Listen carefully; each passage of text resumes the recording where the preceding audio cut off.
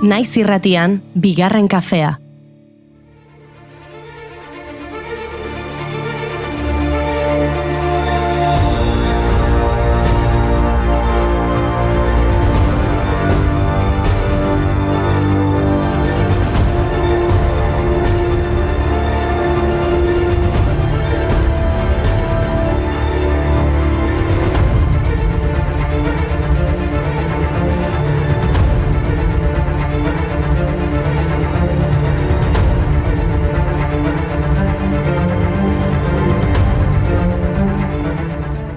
Egunon guztioi ongietorri bigarren kafera eta zorionak Goren, Urtsula, Urtsuila eta Urtsua izena duzuen guztioi. Gaur sehaska egutegiko izendegiaren arabera, zuen eguna baita. Eta Jon edo Jontxu izena dutenei? Ez, horiei zorionak ez, horiei doluminak. Entzun hau, 1938ko urriaren 21, hau da, gaurko egunez, bere semeari kalean euskaraz Jontxu deitzegatik 500 pezetako isuna jaso zuen Jose Mariskal Arana herritarrak. Bai, antza denez kutsu separatistadun izenak erabiltzeak frankismoari gaitzespena eta desobedientzia adierazten zuela aurpegiratu zion Areetako komandante militarrak. Ama izan zinen maiatzen, jon jarri diozu izena, jende onaren izena. San Juan gaua zan, errezan itun bekainak, ezban moreak azken balsa eta ardo, ona. Frankismo garai hartako komandante militarrak ikusi izan balu atzo Zangozan gertatu zena, begira. Duela 86 urte euskararekin zerikusia zuen edozer salagarria zen, eta egun milaka euskaltzale elkartzen dira Nafarroa oinez ospatzeko, euskaratik eta euskaraz. Antolatzaileek nabarmendu dutenez, azken egunetako euritek kalte handiak egin zituzten eremuetan, baina gora berarik gabe ospatu zuten atzo festa. Ibilbedi, anari, leiotikan, kaleko urdangak, kontzertu ugari. Eta egun guztian ibilbidean zehar ibili ziren gainera gaiteroak, txarangak, txuntxuneroak eta parranda non nahi.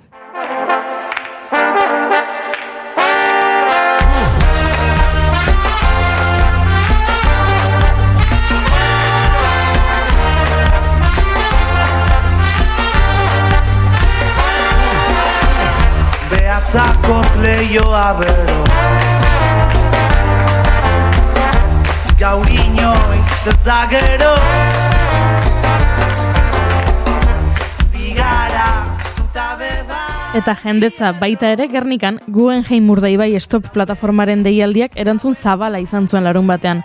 Gernikan milaka lagun bildu ziren eta herriko kaleak txiki geratu ziren Jaurlaritzak, Bizkaiko Foru Aldundiak eta Guggenheim Bilbao Fundazioak biosfera erreserban jarri nahi duen Guggenheim museoari ezetz esateko. Protestariekin aurretik, Eider Gotxi eta Josarra Diez plataformako bozeramaileek Guggenheim Urdaibairen proiektua ahalbidetzeko legezko maniobrak berehala gelditzeko eskaera berretsi zuten. Gernika gurutzatu ostean, pasealekuan amaitu zuten, berriro protesta, adar eta txalaparta doinu artean. Bertan, Janire Arrizabalaga eta Koldo Gezuraga, bertsolariek bertsoak bota zituzten, Maitane Azurmendik marrazki bat egin zuen eta Xabier Amurizak Lurra abestu zuen. Lurra gu lurra gara, eze hortzi gure lurra, gu bai gara lurra bera, lurra da gure alaba, lurra da gure ama.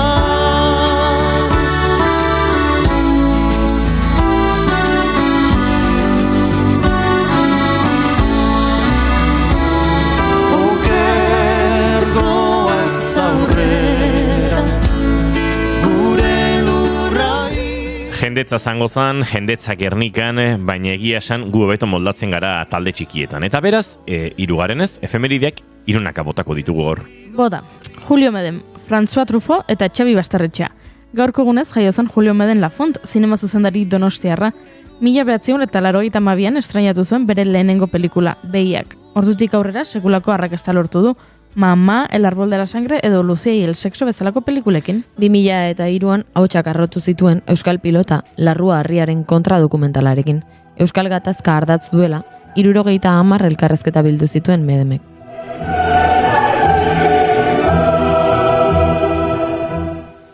Bueno, yo en principio diría que esto se parece más a un archipiélago, a un lugar de muchas islitas, que a una isla grande. Pero sí que hay dos polos que inciden en el conflicto vasco, ETA y el gobierno de Madrid, eso es evidente. Esos dos bandos tirando.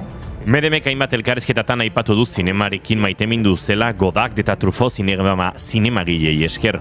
Beraz, azkeneko horiekin badago lotura. François Truffaut gaurko egunez zendu zen 84an, Frantziako zinema zuzendari handia Nouvelle Vague olatu berriaren korrontearen sortzailetako. Zalantzarik gabe, Frantziako zinemaren ikurra da. Eta hirugarren zinemagilea, gaurko egunez zendu zen Xabi Basterretxea, Nestor Basterretxea eta Maria Isabel Irurzunen semea. Zinemagilea izan zen eta Espainiako zinemaren Goya saria eskuratu zuen 2001 urtean, Josean Muñozekin batera, Karramarru arte animaziozko filmagatik. Bagoazen beste hirukote batekin, Ursula K. Le Guin, Gabriel García Márquez eta Pablo Neruda. Delante del pelotón.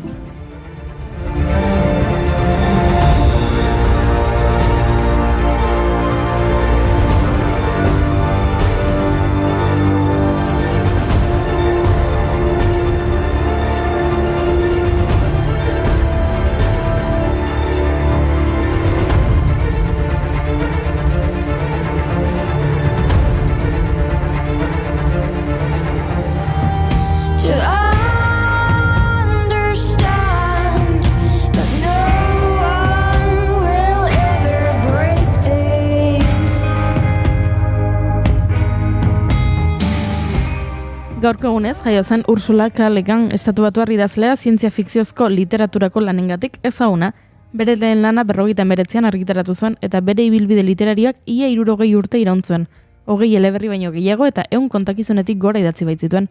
Genero guztiak landu zituen.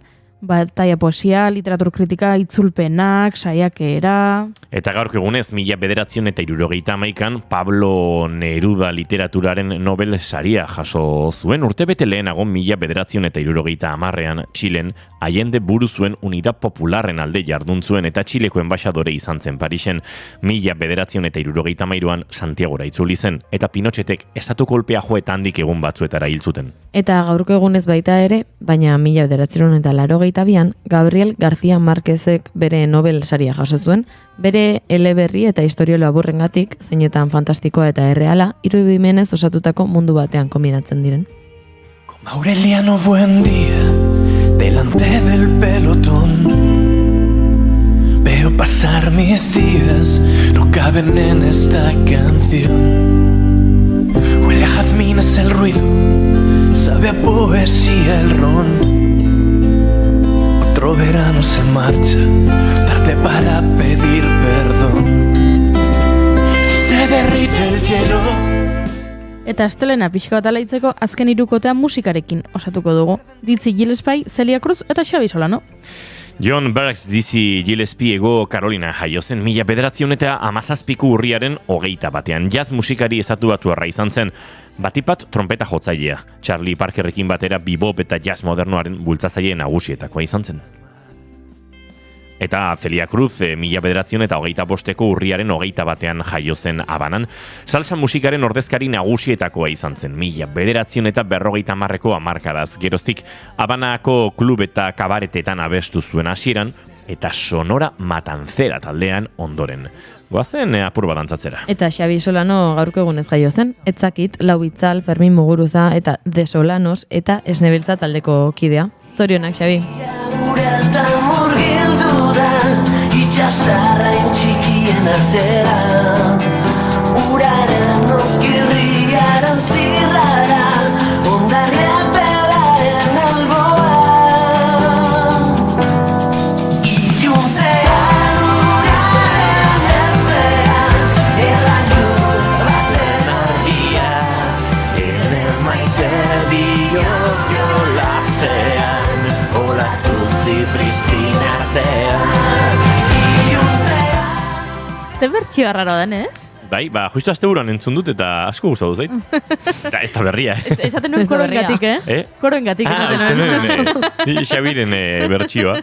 Bueno, horrela bai, koroak egindeta dena asteko moduan gado ez da, zer dugu gaurkoan. Bueno, orentxe sartu da gure estudioan Harri Ixa Fernandez, eta animedon egitasmoan murgilduko gara, eta bide batez, dragoi bolaren inguruan egindako lehen kolpe horrek izandako arrakasta ere, kontatu beharko digu, zedenak dabiltza sare sozialetan erotuta bizitakoarekin bai parte hartzaileak eta baita ikusleak ere. Ego Etxarbiola Albeniz etorreko da gurera, Elgoibarren LGTBI plus kolektiboaren inguruan egindako lanaz aritzera. Eta puri-purian tartean, telesail eta pelikulen gomendioen zerrenda osatu dugu, ea gaurkoan kaso egiten diguzen. Eta Samuel Luis kasua zariko gara. Tira, guzti hau 2 orduetan gertatu behar bada, bizi-bizi behar dugu abiatzen. Entzuleok urriak 21 ditu gaur eta astelena da. Ongi etorri guztioi, Bigarren kafera, naiz irratian zarete.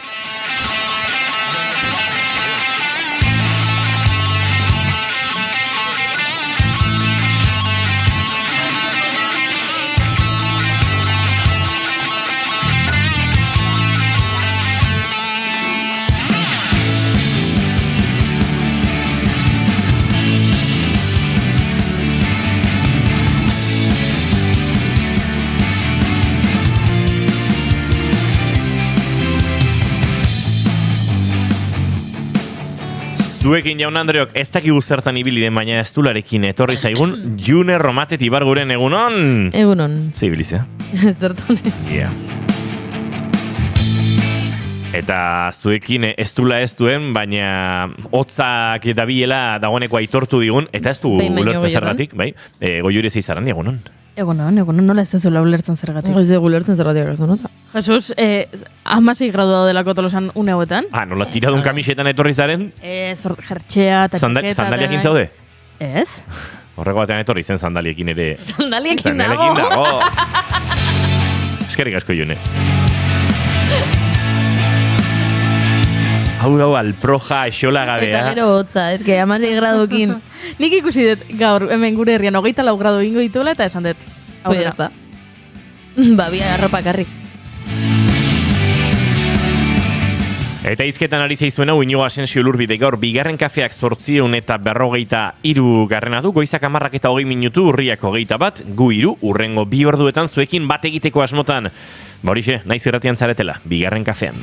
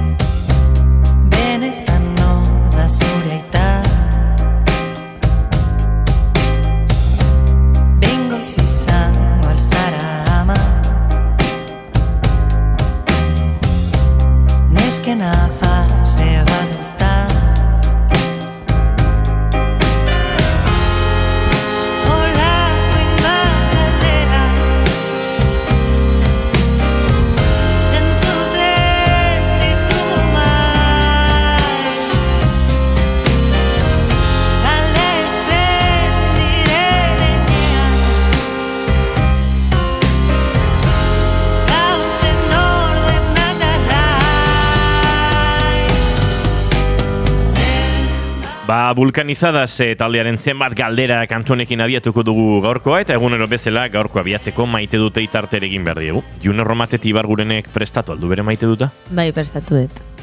Zina zure maite duta, June? Duela, ezakit, hilabete pare bat edo badara matzat astebururo lanaian, bai larun bat edo bai igande, berdin du lana, berdin du partiduak diela entrenatzain moduan, tarte gutxirekin ibili naiz astebururo, eta asteburu honetan banekien libre izango nuela batez ere igandea. Eta aste osoan zehar ibili naiz bueltakaia zer egin, eta ez nuen etxean gelditu nahi, hori oso argi neukan, ez nuela etxean gelditu nahi botata. Zerbait egin nahi nuela, etxetik atera nahi nuela, eta gainera izugarrizko guraldi ona atera zuen atzo justu. Esan behar da, bueno, idatzi dugula Gorkak eta Gorkak txibatu duela, ja, ni mendian egon nintzela. Bueno, mendian enintzen egon Gorka. Bat, ezin dudalako mediera ondo igo, batez ere jeisteagatik. Baino Amaiurrera egin nuen egun pasa, eta Amaiurreko gazteluan izan nintzen, Amaiur herria bera ere ondo ezagutu genuen, errotak martxan jarraitzen du eta errotan izan ginen, eta han egin genuen, bueno, bazkaria eta dena, eta egun zorgarri izan zen, eta hori izan zen nire igandea da, nire maite dut.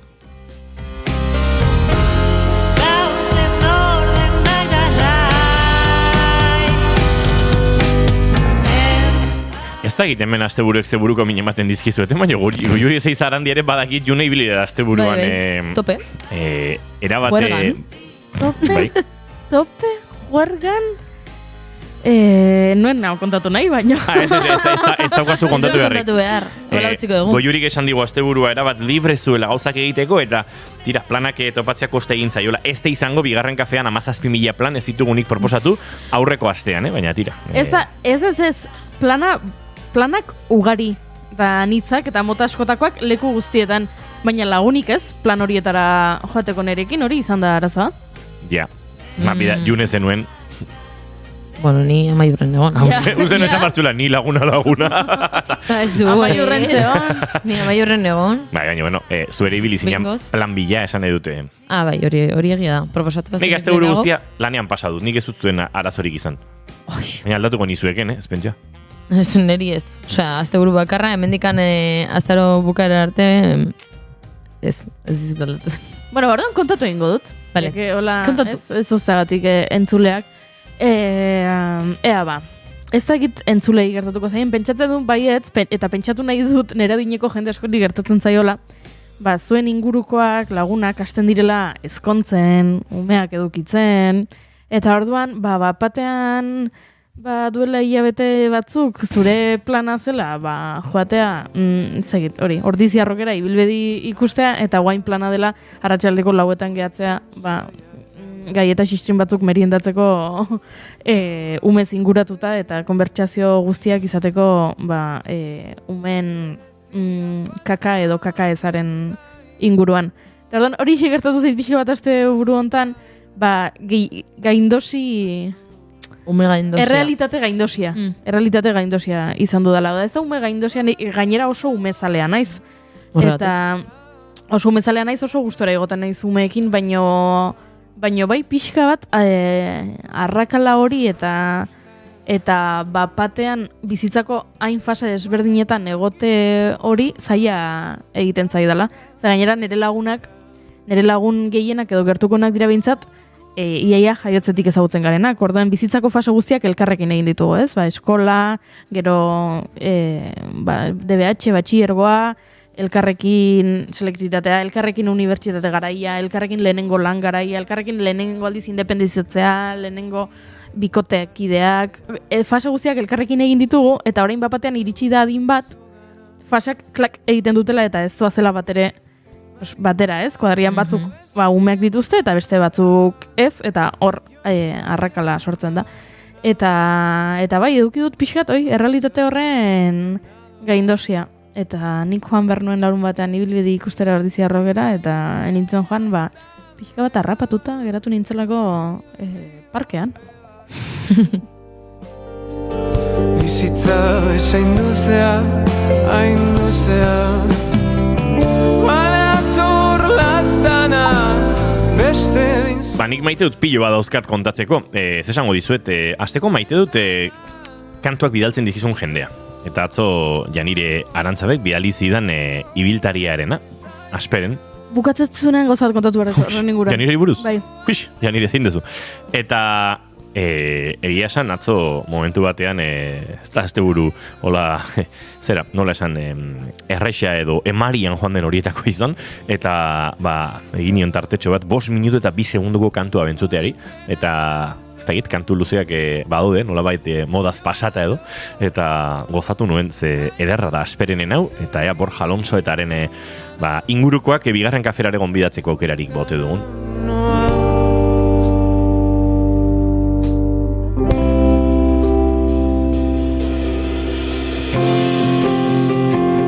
Ze kontatu hartzen nuen Janire Arantzaberen inguruan?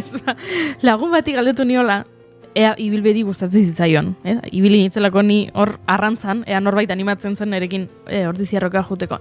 Tordun lagun bati galdetu nion, ea ibilbedi gustatzen zitzaion. Gero konbertsazioa beste leku batetik joan zen. Eta atzo gauean, lagun horrek idatzi zidan eta esan zidan. Galdetu zen idan, ea ibilbidei gustatzen zitzaidan, begira, nire Spotifyko historialean, 4. datxegit zeini emanion. Eta kaptura bat, eta orduan nik espero nuen, ibilbediko kaptura bat, eta kaptura zen Altzagarate, esan ezin, eta erantzun nion. Baina, hau, ez da ibilbedi, eta erantzun zidan, ja, lol, lonago. Izan da, Konversazio maravilloso. Konversazio besugil, total, osea, ibilbede gustatzen zaizu, begira esan ezin. Badago lotura bat.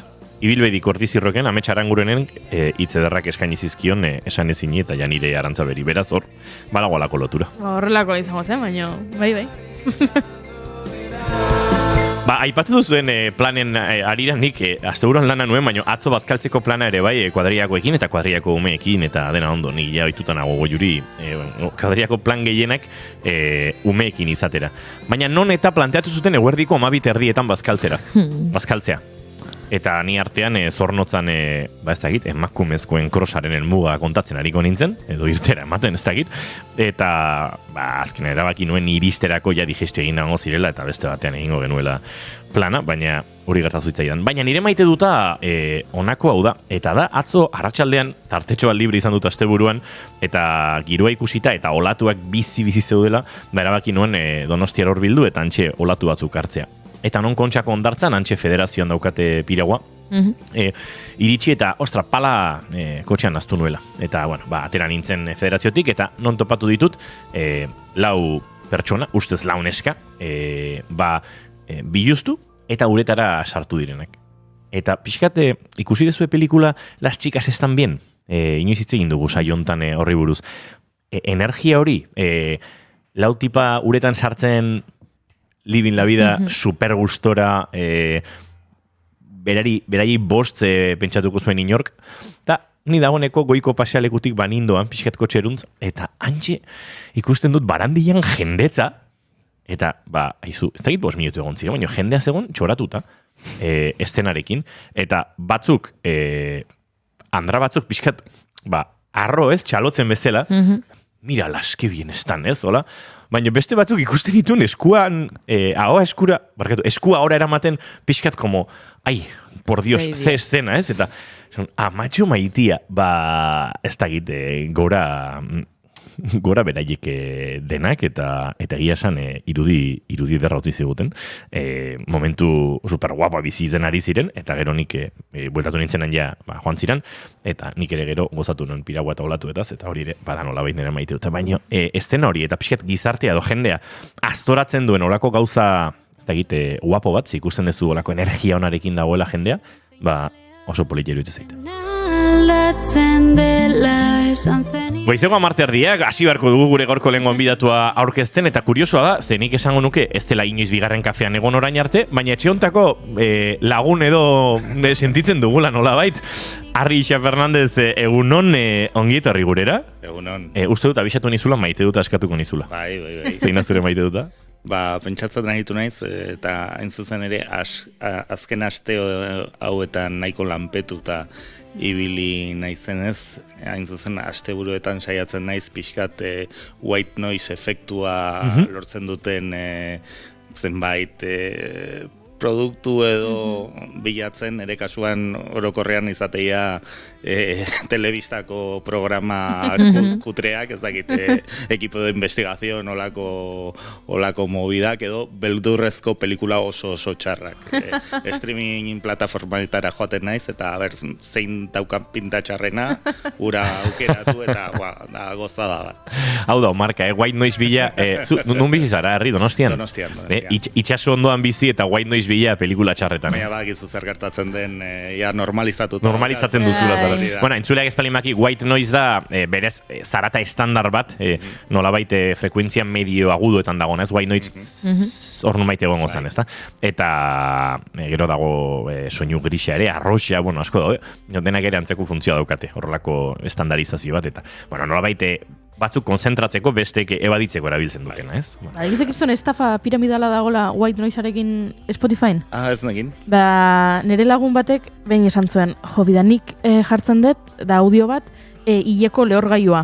Eta horrekin, lohartzeko zoragarri, eta beste lagun batek esan zuen, banik estufarena. Estufaren zarata gustatzen zait, baina piztuko banu, gero faktura, garesti, eta orduan estufa jartzen dut, eta bai, erakutsi. Eta badakizu ezer, konturatu ginela, audio berbera direla. Audio berbera dira, estufa white noise, eta sekador de pelo white noise. Eta norbaitari da, bietatik, biak monetizatu ditu, baina audio berbera da. Nik badakit, ze badut lagun bat, aur berria, jaio berria duena, eta sekadorearen soinua jartzen dio, kao, gelditzen delako umea. A ber, gozat, igual inoiz pasa zizue, udaran ventiladore txiki batola logelan jarri xista botatzeko, ze beroa handia dago, eta ventiladorean zara eta berak nolabait lokartzen zaituenean, ez? Hori badare pixkate guaide noiz. Aizue, goizeko 10:23, ez dakiten mentxatea maite dutik badugun. A ber, gorkak idatzi dugu. Zerdio, nire maite duta da, maite dut irratia, maite dut irratiko kidek larun batean arrosa sareko eguna ataunen ospatu genuen eskerrik asko guztiei, ni hil naizenen arte, guzti, irratia ni hiltzen naizen arte. Pentsatzen dut esan nahi duzula gorka. Eskerrik asko audio biatzeagatik, indiokert, eskerrik asko Imanol Gurrutxaga ere, June mendian ibili da, hori kontatu dugu, rengo bateako, Goiuri, gorkari idatzi, beha joango zala ordizia rokera. Goiuri, abisatu, irakurri, nire maite dutan mesedez. Irakurri dugu gorka, hau horrela izan da, gaurko gure lehen gonbidatua, aurkezteko moduan bagara.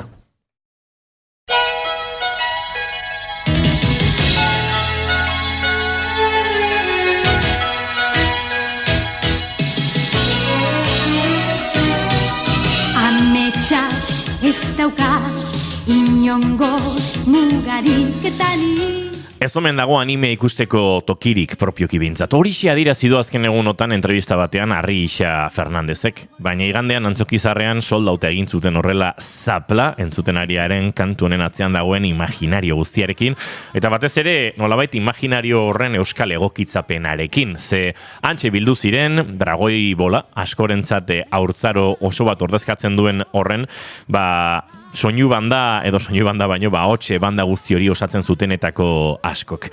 Fantasiazko eta beldurrezko zinemaren asteak, urriaren 25 azaroaren batera, garatuko den 35. edizionetan, Animedon, Donostiako anime topaketa izeneko sail berri bat inauguratuko du, eta haren arduradun edo haren atzean bultzaka eta borrokan aipatu, eta aurkeztu dizu egun Arri Ixa Fernandez. Arri, sartu zarete, abentura majo batean, baina uste dut abentura horrek azken egunetan izandako lehen kolpetxo horrek erakutsi dizuela bintzat, merezi zuela eta indarrez bete zaituztela, ez? Bai, atzoko esperientzia izugarria izan zen, zuzen ere Ana Guadalupe Fernandez izan genuen, azkenean espontaneoki abesti hau abesten eta antzoki guztiak noski jarraitu egin zuen. Nolakoa izaten ari da nolabait antolakuntza prozesu hau, gero itzen dugu animeaz, gizartean duen pixuaz, generazioetaz, baina momenturen batean piztu zaizue, hau egin behar dugu, hau sartu behar dugu. Zein da nolabait pizten duen su hori edo, zer pizten du su hori? Begira, beldurrezko eta fantasiazko astea beti izan da, pixkate animezaleon babesleku beti programatu izan ditu edo saiatu izan da animea programatzen, ez da. Egia da, azken boladan, azken urteetan streaming plataformen torrerarekin, produktu hauen estreinuak zabaldu edo egin direla, baina kontsumoa etxeko kontsumo bat da, ezta? Eta pentsatzen genuen eta pixka bat ere azken baten jaialdi guztiek eta kultura eragile guztiek preokupazio bera dute, nola berriztu publikoa, ezta? Eta, zentzu horretan, lanean hasi ginen proiektu honetan, egia da Iruñean badagoela antzeko ekimen bat, fan deitzen dena, ja 20 urte daramatza, Blanka Horiak eta Juan Zapaterrek eramaten dute, eta haiek ere aholkuak eman zizkigutenea nola lan egin honetan, eta beno, hasi ginen pixkate Donostiko eta inguruko zeinbait animezale, belaunaldi ezberdinetako animezaleak biltzen, eta pixkat ez dut esango focus group bat egiten, baina pixkat ez pultsatzen, ez? Nola zegoen gaia, eta ikusi genuen baietz bazegola aukera hau egiteko, eta aurrera jo genuen. Askotan hemen bigarren kafean aritzen gara belaunaldiekin dantzan, ez? Norden millennial, norden Z, norden millennial berantiarra eta norden Z goiztiarra, belaunaldiek olako zaku handi xamarrak sortzen dituzte, baina esango genuke animeren kontsumoan Z generazio horrek baduela, ez? Bere biziko pixua ziurrenik, eta kaso hori ere badela animedonek bildu nahi duen publikoa, naiz eta kaso beste belaunaldi batzuetara ere heldu nahi duzuen. Bai, noski dudarik gabe, badago ikerketa bat, nik askotan referentzia egiten diot ikerketa horri, Z belaunaldiaren 45-47 astero ikusten duela edo kontsumitzen duela animea, ez da, noski horrek ez du esan nahi, beste belaunaldi batzuetara iritsi nahi ez dugunik. Atzo oso polita izan zan, ze antzokian ingenun errepaso bat ETBek bere garaian eman zituen anime guztien zerrenda, ez? Eta ez ziren gutxi. Asko oso presente dauzkagu, eta beste batzuk akaso ahaztuta, ez? Ahaztuta, eta nik uste lagun bat nuen ondoan eserita, eta buelta eman zian, eta guzti horiek animeak dira. Batzutan ez gera kontziente zenbat anime kontsumitu izan dugun, eta aztu zenion bezala, eta aztu egin dugu. Aztu egin dugu. Presente dauzkagu Dragoi Bola noski, belaunaldi gazteagoek ere Doraemon pentsatzen dute, Doraemonekin ere konektatu dutela, gainera Doraemonen azken lanaren proiektzioa izango duzu, gero aztertuko dugu programa, baina nik laguntza behar dut, ez eziten beste. Dorremiren magia. Dorremiren magia. Sakura? Sakura. Sakura kartak Sakura, Ai, nola da, Nobitaren lehengusu azkarra. Bai, Kiteretsu. Kiteretsu. Wow, nola? Nobitaren lehengusu azkarra. Nobita... Doraemoneko Nobita? Bai, da antzekoa, baina Doraemon robot bat da, eta gainera neko tonto plantak ditu, eta Kiteretsu da listoa dena. Bai. Muka animea da? Baitaren. Muka. Bai, nik uste EITB-en ikusi ditudan marrazki bizidunen euneko handia, animea da. Gainera, pantaiak euskaraz egitasmotik ere askotan horren azpimarregin izan dute, ez? Badirela belaunaldi batzuk animeari esker euskarazko ikusentzunezko asko kontsumitu dugunak, eta beste belaunaldi berrienetan adidez orain eduki horiek faltatzen ari direla, ez? Eta hor ere badago zer hausnartua eta badago aldarrikapen bat. Doraemon Nobitaren dinosaurio berria, hori da, mentopatzen ari nintzen, hori da izango den proiekzioa, Doraemonen azken filma, proiekzioetako bat, baina bestelako filmak ere proiektatuko dituzue, Harri. Bai, gaur bertan 11:00 sarrerak jarriko dira salgai, Doraemonen pelikularen kasuan gonbidapenak izango dira, familientzako emanaldi bat da, eta debalde izango da. Eta bestela ere, 3 emanaldi izango ditugu, 3 pelikula artistikoki oso interesgarriak, 3 Aneziko festivaletik pasa dira. Aneziko festivala da animazioaren munduan dagoen jaialdirik garrantzitsuena. Hauek dira lehenengoa Ghost Cat Anzu, oso pelikula divertigarria, pasada bat da, eta artistikoki ere oso polita. Hori datorren larumatean, 26ean emango dugu. Urrengo gunean 27an The Colors Within, da gainera zuzendaria emakumea da, Naoko Yamada, ez da oso ohikoa emakumeak anime zuzendari bezala edukitzea, bai agian beste postu batzuetan animazio edo beste prozesu txikiagoetan, bera oso zinemagile ona da, badauka beste pelikula bat, A Silent Voice deiturikoa, pixkat bullyingaren inguruan hausnartu egiten zuena, eta arrakasta izugarria lortu zuena, nik beti diot pelikula hori ikastoletan jarri beharko litzatekeen pelikula litzatekeela. Egia da pelikula hau nahiko kuriosoa dela, berak lan egiten du Tokyo Studiook orain dela urte batzuk jasan zuen atake eraso terrorista moduko bat, eta bera libratu egin zen handik, eta egia da ezakit horrek eragin egin dion edo, baina pelikula oso kuriosoa da, nerabe baten historia kontatzen du, eta nola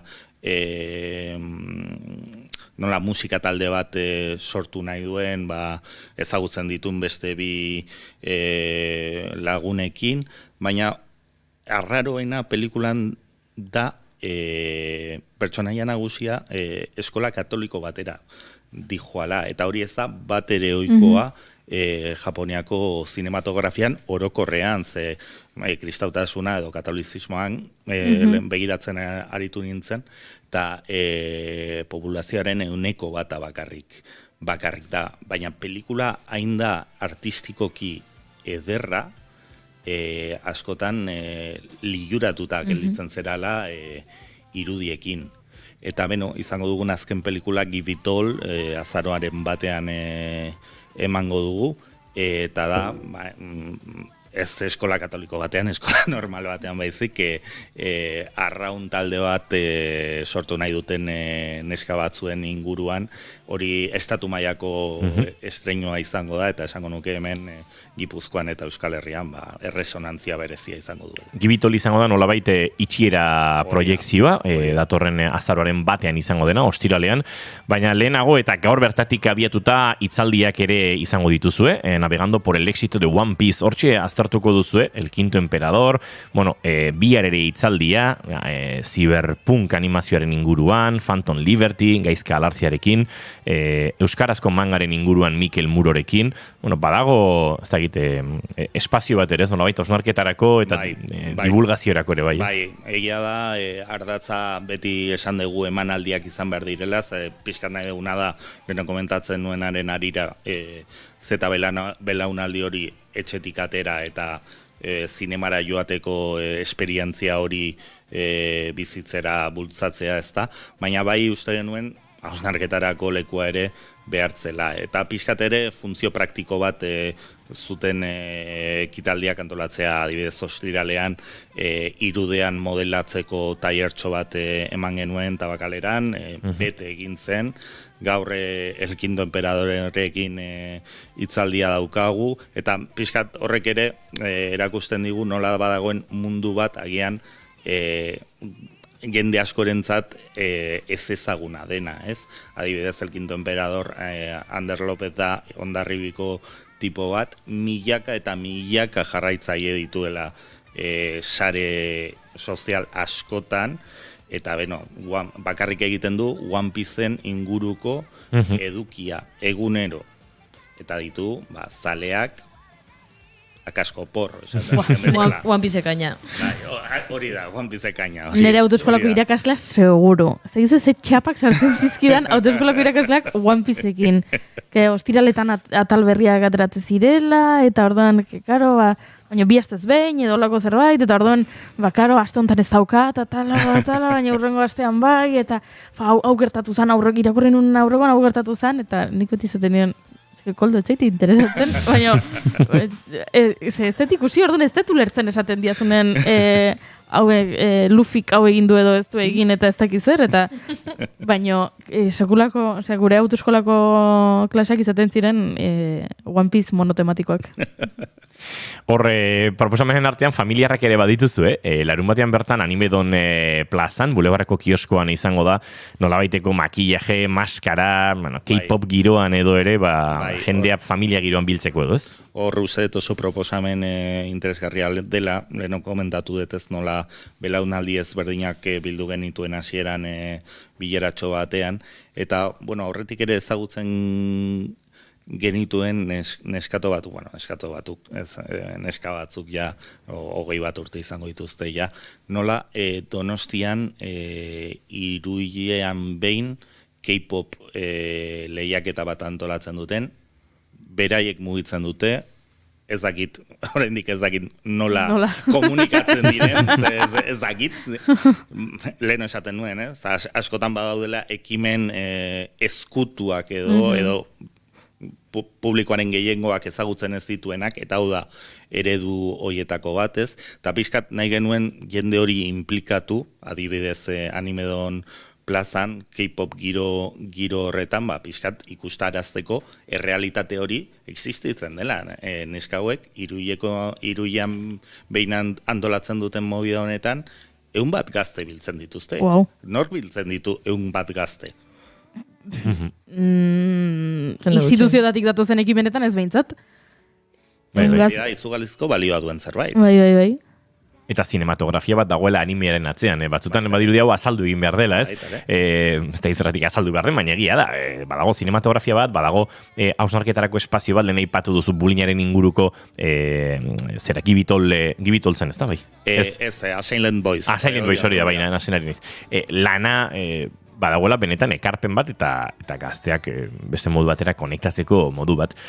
Bueno, gibitola aipatu dut, harri, eta nolabait proiektzioetan ere murgilduko gara, nolabaitola ari gara jaurtitzen, baina tira, larun batean Doraemon movie, Nobitaren dinosaurio berria, larun batean bertan ere Anzu gato fantasma izango da, The Colors Within izango da igandean, eta datorren ostiralean, azaroaren batean, hortxe aipatzen ari garen gibitol, zetopatuko du ikusleak, nolabait, lau lan hauetan, lan ezberdinak, badago aman komunean animean oski eta gauza gehiagoak kaso, konta iguzu.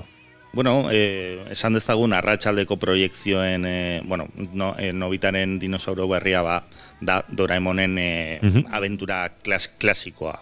Osea, molde berririk gabe funtzionatzen duen zerbait da, ezta? Egia da nahiko animazio ona daukala, beste aurreko pelikulekin alderatuta. Baina badakizue, interesgarria da. Ni de hecho, joango naizela berriro ere ikustera, pantalla handian ikusteko. Eta beste 3 pelikulak oso ezberdinak dira bere edukian, badute zenbait zentzu, zenbait elementu amankomunak dituztenak, 3etan nerabeak dira protagonista, 3etan badute problematika bat, lehenengo 2etan A Colors Withinen eta Goskat Anzun arazoa gurasoekin da, eta, hirugarrena Gibitol da gehiago autoestimaren inguruko pelikula bat. Animazioaren aldetik 3 oso ezberdinak dira, 3 ikaragarri ondo animatuta daude bakoitzaren moduan. Gibitol aldibidez cel shading deitzen den animazio mota batekin eginda dago, hau da 3D'an animatuta dago, baina gero tekstura bidekoa da, bidimentsioetakoa esan nahi dut, eta oso kalitate handiko produktuak dira. Gero ja, argumentua edo garapena, bakoitzak esango du, gustatzen zaion edo ez. Programazio potoloa Animedonen lehenengo edizio honetan, Donostiako lehenengo anime topaketa izango da, pentsatzen dute, azkena ez izateko asmoarekin sortzen dela horrelako zerbait ez darri. Animedon jaio da urte askoz. Prestatu dugu kantu bate harri agurtzeko, eta hoxe da.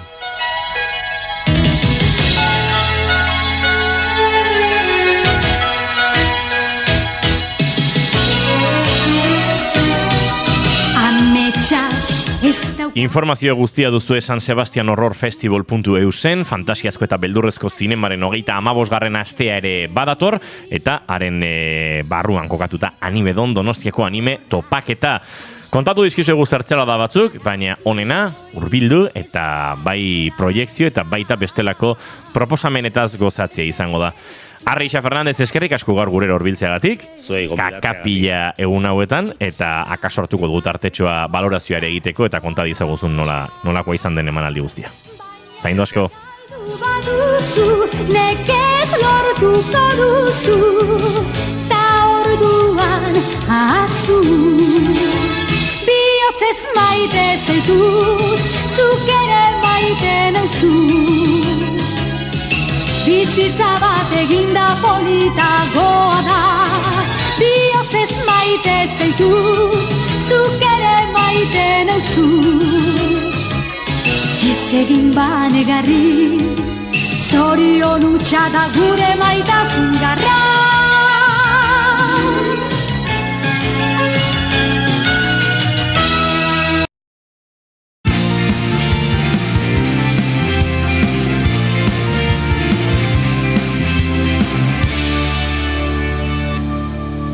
Bigarrenak ez direlako beti okerragoak, bigarren kafea. It's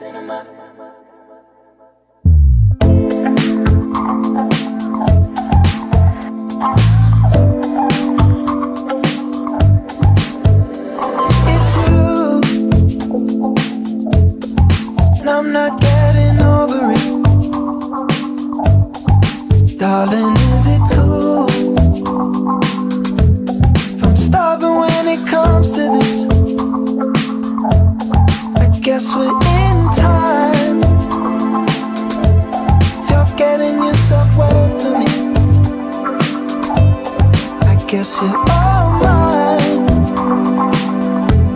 You're sleeping in this bed with me. I just think you're cool. I dig your cinnamon.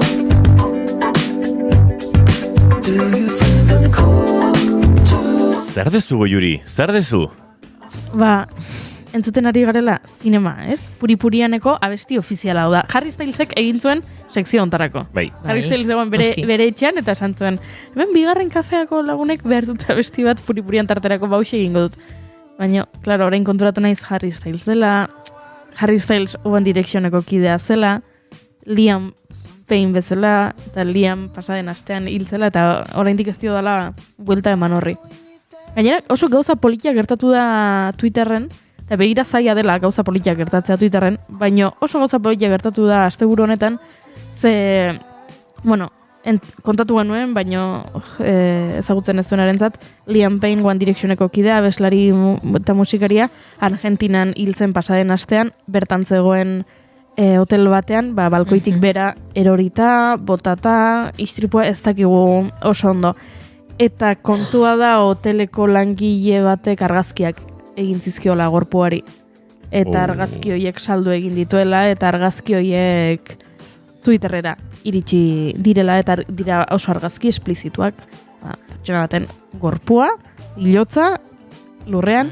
Eta orduan Twitterren jartzen balin bat zenuen Liam Payne body argazkiak agertzen ziren, inongo abisurik gabe. Eta orduan mundu mailan zaleak antolatu ziren Liam Payne body izeneko txioak jartzeko minuturo bere argazkiekin, bera abesten, bera bere semearekin, bera oporretan, hau da, Liam bizirik zegoeneko argazkiekin, eta orduan zuk bilatzen balin bazenuen Liam Payne body, agertzen ziren argazkiak ziren, argazki alai horiek, eta horrela intzuten, gorpuaren argazkiak geratu ziren lurperatuta. Euki dituzte jarrera oso onak. Ze aita ere joan zen hotelaren sarrera bisitatzera, eta zale kamarak tapatzea egin zuten, motxila esku eta aberrekin besteko aita. Euki dituzte jarrera oso politak. Eta Bilbon elkartu dira asteburu honetan baita ere. Zale asko Kasilda parkean agurra egiteko abeslariari. Imanol González Gurutxaga, egunon? Kaixo, egunon. Ondo bizi alaiz? Ondo. Astelenak, beti bezala. Astelena, ibiliko itzan asteburun da? Bueno, asteburuntan Euskal Zine Bilera izan da, lekitio. Ia da, han izan zara? Han izan naiz, ez errez aurkezten, baina, pixkat, ambientean. Barka jazu, baina Imanol González Gurutxagak Euskal Zine Bilerako Gido Jonenaren sari badauka bere vitrinan, hemen, parre egiteko, Ez, grazia egin ez errez aurkezten esatea, hola, zegit. Ez, ondo dago, Maki Guiabetak esaten bere film labur berria laizzer estrenatuko dela, esan daiteke ja edo? Oraindik ez, baina gaur igual bai.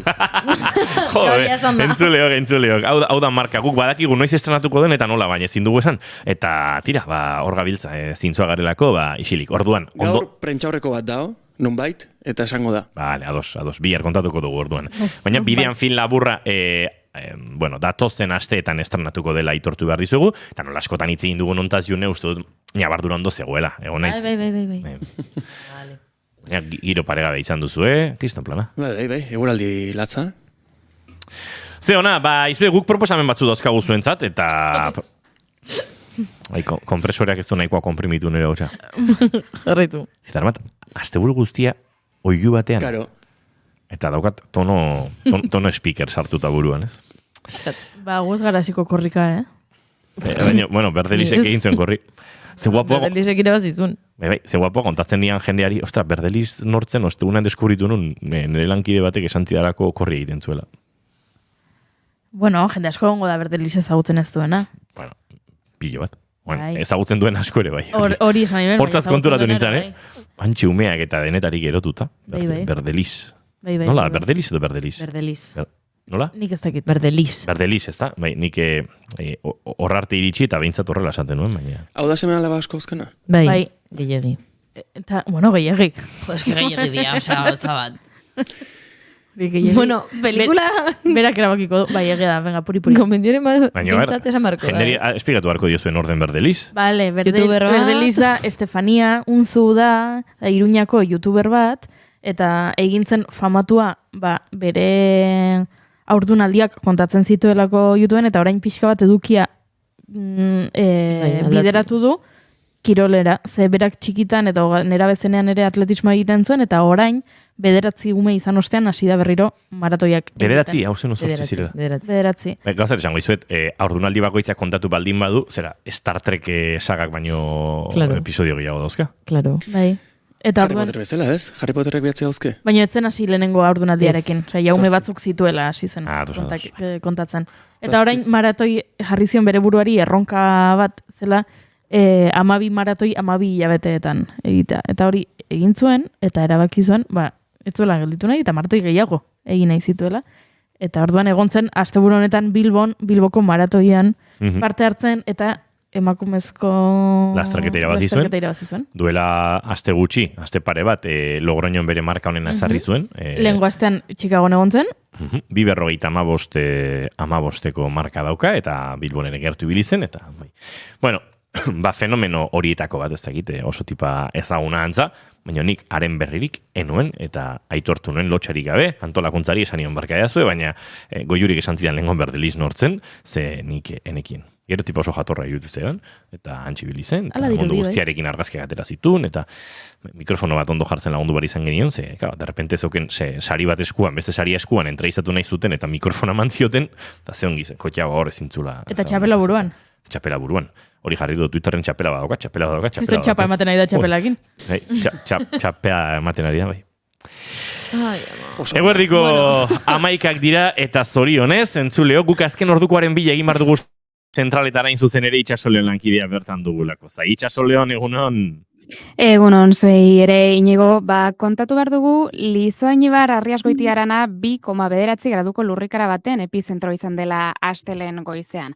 Estatuko Geografia Institutuak jakinarazi duenez, sismoa 8 eta 52 gertatu da, eta lurzoru mailan erregistratu da, 0 sakoneran. Iturri hoien arabera 42,8 gradu iparraldeko eta 1,45 gradu mendebaldeko latitudean du erdigunea, Lizo Ainibar Arriasgoiti aranean, Zangozako merindadean, esan bezala. Eta Nafarroan geratuko gara, baina trafiko kontu batekin oraingoan, izan ere Nafarroako arartekoak ofiziozko jarduk eta ireki du Lekarozko biribilguneko arazoaren arira. Lekarozko zinpeko alkateak iragarri duenez, Nafarroako arartekoak egokitzat jo du herriko biribilguneko arazoari buruzko ofiziozko jarduketa bat irekitzea. Erakundeak oraindik ez du jaso Iruñeko gobernuaren erantzuna. Ernesto Prat Urzainki alkateak ohar batean gogoratu duenez, pasaden astean Lekarozko herritarrek elkarretaratze bat burutu zuten Nazional 121B errepidean, Lekarozko biribilgunean hain zuzen ere. Errepide hau duela 12 urte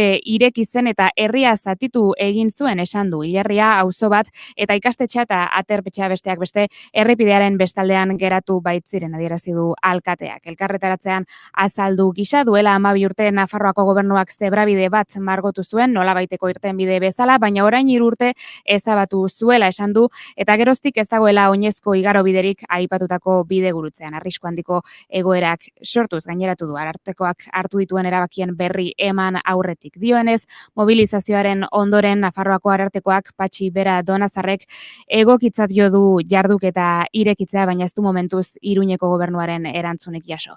Hau esan da, trafikoari begira jarraituko dugu, baina oraingoan esateko kamioi batek su hartu duela ordubete pasatxo AP 78 errepideko 30 kilometroan, Zuian, errepidea itxi dute une hartan Zangozako norantzan eta horrek autopilaketak sortu ditu, orain, ni buruz daukagun azken berria da, errei bat ireki dutela, baina autopilaketak mantentzen direla inguru horretan. Besterik ez oraingoz aktualitateari dagokionez, ordubete barru itzuliko gara. Eskerrik asko Itxaso Leon, bagoazu aurrera, eta aurrera egiteko, baditugu esan da bezala hainbat proposamen zuei egiteko, eta proposamen horietan Imanol González Gurrutxaga hasiko da proposamena. Gotatzen zer da ekarri duzuen, Imanol? Gaur kontan ekarriet Casa en Llamas, dala Dani de la Orden zuzendarian pelikula bat. Aipatu nizuen zinemaldi garaitan, aurtengo zinemaldian estrenatu dala. Azkenen bertan ezin izan ikusi, baino azkenen asteburu hontan ikusi ahal izan dut. Eta joe, ze polita. Egia da hasiera batetik, trailerra ikusi nunen irutzaitela bizkat, premisa nahiko tipiko bat, edo antzeslan baten ikusi deguna noizbait, baina gero, pelikula ikusten zoazen inen, gero ez da gai desutatze duzu, eta gauza ezberdinak ateratzea izkizu. Pelikula honek batez ere hitz egiten du amatasunai buruz, amatasuna generazio ezberdinei buruz, eta dena hasten da, pelikula guztia hasten da, gure protagonista, familia bateko ama, juten daren bisitan bere amari, eta topatzen du etxean hilda. Orduan, justu asteburu hortan, zeukaten hitzartuta familia guztiak, bintzet, beraiek bea bere ex-senarra eta bere bi seme-alabak, bidaia bat itxea aspaldin juneztien beraien udako etxea. Asaldu nahi duelako beak, eta orduan, erabaki garra dauka, seme-alabai kontatu amona hilindala edo aurrea jarraitu. Eta azken erabakitzen du aurrea jarraitzea bidaia horrekin. Orduan, pixkanaka jutea pertsonaia guztiak ezagutzen, seme-alaban bikoteak, alaba baten bi alabak, eta ezagutzen dugu pertsonaia bat dala gure protagonistan ex gizona bere bikote berriarekin. Eta bere bikote berri hoi, nabarmentzen dut, gustatu zaiten bereziki zalako psikologa papel bat iken duna, hau da, pertsonaia bea psikologa da. Eta, irutzaiten oso interesgarria nola familia desestrukturatu baten eta praktikamente elkarrizketak modu oso organiko baten ateratzen ez dien familia baten, nola sartzen da baten, psikologo baten figura ez, eta nahi ala ez, baten beraiek baita beraien buruek sartzen dira terapia familiar baten. Momentu baten, dago joku bat ikenduna psikologa honek, dala, zuek itxi begiak momentu baten, irudikatu zuen buruak zaudetela leku oso lasai baten, eta benetan lasaitasuna transmititzea izuen leku baten, eta baten sentitu leku hori erre egiten dala. Eta suntzitzen dala zure inguru guztia. Eta baten gerturatzen dala pertsona bat zuri salbatzea. Eta kontzeptu guztia oso interesgarria da, ze behartzen dizu zure burua jartzea egoera baten, nun erosotasuna transmititzen dizun leku hori desagertzen da momentu hortan, zein da, benetan, zuri lasaitasuna ematen dizun pertsona hori salbatzea etortzeko. Orduan, egia da, sortzen dala hor rol bastante interesgarri bat, nun pertsonaiak planteatzen duten, beraien bikoteakin ondo dauden, benetan ondoegi dauden. Egia da, joku hori oso interesgarri bihurtzen dala, eta bihurtzen da pixkat Agatha Christie moduko bat, nun psikologa honek burutzen duen pixkat krimena bea izango zen familia hau, porque familia hau ikusten da hilik daola, eta Agatha Christien Monsieur, nola zen? Poirot. Poirot. Hercule Poirot papela beteko lukena izango litzeke kasuntan psikologa. Eta bai, irutzaiten oso interesgarria. Perdóname.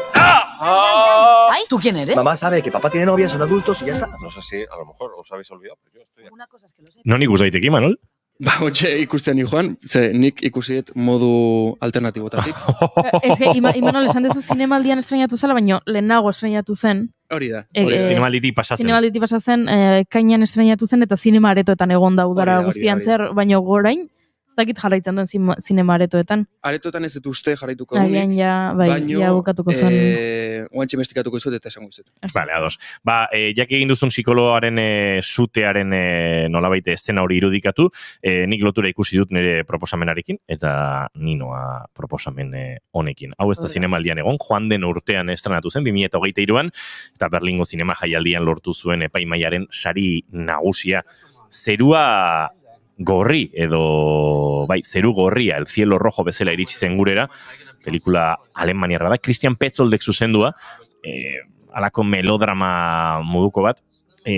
Kuriosoa da, ze badauka komediatik pelikula honek, badauka dramatik, baina batez ere paradoja bat da, sute bat ari da irensten etxe bat, Baltiko itsasoaren ertzean, eta nolabait, sua eta itsasoak itxita edo geratzen joango dira protagonistak, baina estetikak eta lekuak ere pake handia transmititzen dute, eta gauza, uste dut, bilatutako paradoja bat sortzen dela. Uda da, oso lehorra, azken udak bezala lehorte giroan, eta basoak sutetan da biltza. Lau gazte oporretan, eta antxe, amodio historia bat nolabait gurutzatuko da, euren nolabaiteko superbibentzia beharrean edo, hasiko dira batean ikusten errautsak datozela, eta zerua gorritu egingo da. Eta oso iruditeria ederra ematen du, eta eraberean, antsietate, agobio, drama, eta hor giro horretan, modio historia bat ere gurutzatuko da. Joan den urteko ekainean estrenatu zen, zinema aretoetan, lehenago Berlinen, baina oraintxe filminen daukazue ikusgai, beste hainbat plataformetan ere esango nuke ikus daitekeela, baina batez ere, igual eskuragarrien edo gertuen, filminen bertan ikusteko aukera, eta benetan oso pelikula gomendagarria dela esango nuke, bide batez jendearia honek eskatu izaten dio, ordubete eta 43 minutu, kolpe batean ondo ikusteko pelikula, hortik aurrera ja komeriak izaten dira. Niretzat igual bi kolpetan ikustekoa, baina. Hau golpetik ikusi nuen, asita buka, baina bai, onartu ditu eta askotan nik pelikulak ikusteko. Arazoak izaten ditu dela gauetan jartzen ditu denean, zelo hartzen dut askotan. Baina pelikulak ez dira, pelikulak kolpe bakarrean ikusi behar dira. Zela, zuzendaria aserretu egiten da. Martin Scorsese asko aserretu zen egin zuenean The Irishman, eta 3 orduko pelikula da, eta orduan norbaitek egin zuen Twitterren jarri zuen, ikusi nahi balin baduzu telesail bat izango balitzu zela, 3 ataletan banatu dut, zentzua dauka argudioa hartuta, eta zentzua edukiko luke lehenengo atala izatea, 42 minutura arte, urrengoa izatea ordu bat eta 3 minutura arte, eta gero urrengoa. Eta oso viralizatu egin zen hori, eta jende hasi zen horrela ikusten, eta Scorsese asko asarretu zuen. Egia esan zuen berak, nik telesail bat egin nahiko banu, telesail bat egingo nuke, baina pelikula bat egitea erabaki dut. Eta ordean, takada batean ikusi behar da. Scorsese zer dago zurekin? Bida. Txepena, Kezkatzen hau. Osea, datorrela Scorsese, bihar arratsaldean. Datorrela. Nere lanak egitera eta joango naiz ni pelikula ikustera. Nik pelikula ikusteko modu bakarra horixe daukat gaua, eta gaua batzutan, zamatxua izaten da, beraz. Hor konpon. Barkatu, guantxe begiratu net, eta guantxe gogoratu naiz, La Casa en Llamas ikusi nula zinen, hemen Tolosako zinen aurreko asten. Hoi, Samarron, kontatu nahi dut gauza bat. Ez que Imanolek esan du, ikusi zula, ez? Agian ilegalki edo, eta nik pentsatu dut, zineri lagun batek, neska batek esan zidan, nere lankide bat ikusi zuela zinemaretoan Casa en Flames ikusten, eta berze, eta tipo interesgarria zala, eta orduan gero esan duenean, etzula ikusi zineman, pentsatu dut, norbaitek gezurra esan du, da Imanolari da gezurretan, edo nire laguna bari da gezurretan. Ez, evidentemente, nire memoriak beti bezala faiatu indit. Baino... Ez que pentsatu, azte buruan egondalek eition eta pelikula ikusi du, eta ez dakit, baina izan ziteken. Banekin, aurreko asten ikusi nula, banekin pelikula guztu dizaitela asko, baina nintzen goatzen zinen ikusi nula. Horregatik, hemen baita deialdia, bakizu hemen deialdiak itxaguza izaitela, hemen deialdia gure entzuleoi zinea juntzaitez. Hori da, jonaretuetara. Eizue, beste proposamen bat ere iritsi zaigu hemen streaming bitartez, eta nik ikusteko gogoa daukat puzleak bortxaketaren jauregia, Kote Kamatxok sortutako kortoa, eta Kote Kamatxok paradogikoki haren izen bera duen pertsona baten inguruan kontatzen du hau. Nabardura egiten dut, zebestela nahastu egiten dira izenak. Kote Kabezu Doren auziari buruzko kortoa da. Esango nuke Malagako jaialdian egon godela, datorren urtean. Eta Komiki Filmsek egindako ekoizpena da, 15 minutuko lana. Zuk ikusi duzu dagoeneko, Indioker, ze nik ez dakit pase pribaturen bat egin duten. Laiztar ikusteko aukera dukiko duzu inigo. Abai? Horixe, diot bakarriketa ezin dut gehiago. Ados, eski uste dut ez dagoela behar publikoki estrenatuta, ez? Edo oraintxe ari dira estrenatzen. Bueno, Kote Kamatxorekin hemen buelta bat egiteko era aitzakia baliatuko dugu, eta Kote Kabezu Doren auziari buruzko lan hau nolabait aztertzea uste dute beharrezkoa izango dela, beraz eskerrik asko Indioker, baina proposamen gehiagore badozkagu, eta Junek ohiko den moduan, zera, azken estreinu bat dakar proposamen modura. Vale. June jaio gabe zegoen. Goiuri jaio gabe zegoen. Imanol jaio gabe zegoen. Hombre, Goiuri jaio gabe Eire zegoen. jaio gabe zegoen. Eta Inigo? Irati jaio gabe zegoen. Inigo jaio zegoen. Inigo 4 urte zituen. Oh, maman. Bale, baina nik arrazio batengatik ekarri eta hau, eta esango de super labur. Bueno, nik ekarri den pelikula da Back to the Future 2, kasu honetan, baina, bueno, orokorrean saga guztia, zoragarri da saga guztia, Martin McFly eta Regreso al Futuro. Martin McFly eta Docen historia kontatzen du, kasu honetan bigarrenean, lehenengoan joaten dira iraganera, eta bigarrenean etorkizunera egiten dute salto, eta zergatik dakar gaur, hau, etorkizunera salto egiten duten momentu horretan, behaien DeLoreaneko egutegian jartzen duelako 2015ko urriaren 21. Eta horregatik ekarri dut gaur urriaren 21 delako. Egia da, bueno, 2015 horretan ikusten genuna zela kotxeak egan, patineteak egan, dena oso futurista, eta noski ez dela ez zarbete hortakoa, baino...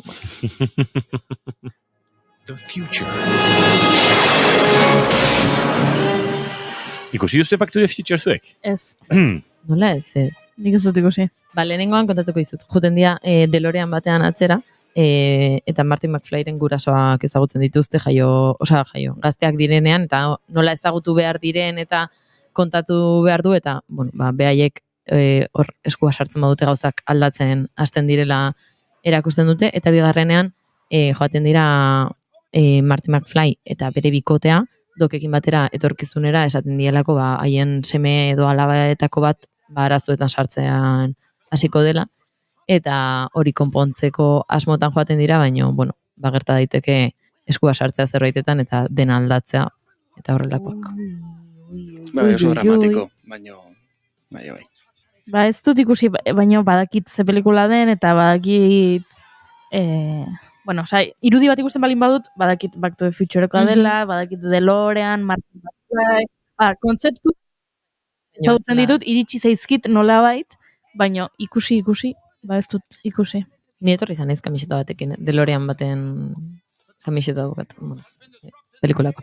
Euskal talde bat izan genuen, DeLorean izenarekin. Ez da egin DeLorean desegin den, ez? Taldea? Stand-by batean egon dira. Ez da egin. Wow, hau zalantza. Ikartuko dugu. Bai, zarauztarrak dira berez, Bartzelonan bizi dira aspaldi, baino, bai, aspaldian ez dute euren berririk izan. Por cierto, lehen aipatu duzu... Ui, ze esan du nik? Ui. Musika talde bat? Ez, sus. Kote Kamatxo. Bai. Bere laburrak, asteburuntan irabazitu premio terdi. Irabazitu premio bat ikuslaren saria. Lekeitiko zine bileran? Bai. Ara! Eta aipamen merezi bat. Hori da. Sari ofiziala, baino bat eta erdi. Atzu ezagutu nuen eta tipo oso jatorra. Bai. Zinemaldian egon ginen berarekin, baina etzara gogoratzen Imanol. Egontzan? Bai, festan egon ginen. Baina momentu batean jende asko zebilenan eta ez da egite behar bezala aurkeztu oten izun. Baina bai, jaialdietan dabil eta beraz bere lan ikusteko aukera oraindik jaialdiak dira, akaso gero egongo dira bestelako proiekzioak ere. DeLorean taldeak 2018an esan zuen agur. Esan zuen agur? Bai, eta kontzertuak eskaini zituzten agur bira bat egin zuten. Ados. Ba. Donosti, Barcelona, Madrid, Bilbo eta Mallorcan kontzertuak egin zituzten, agur esateko. Bueno, horixe, ikusi Back to the Future edo Regreso al Futuro. Goiuri, eta zure gomendioa zein da? Nere gomendioa da pixka bat desberdina. Ze guk telesailak eta pelikulak eta dokumentalak eta realitiak gomendatzen ditugu, baina gaur... Enaiz konturatu ikusi danen izenburua? Gaur erabaki dut gomendatzea behind the scenes bat, edo horrelako zerbait. Netflixen topatuko duzue, Fue la mano de Dios a través de los ojos de Sorrentino, dokumentaltxoa. 8 minutu besterik ez, hau da, segituan ikusiko duzue.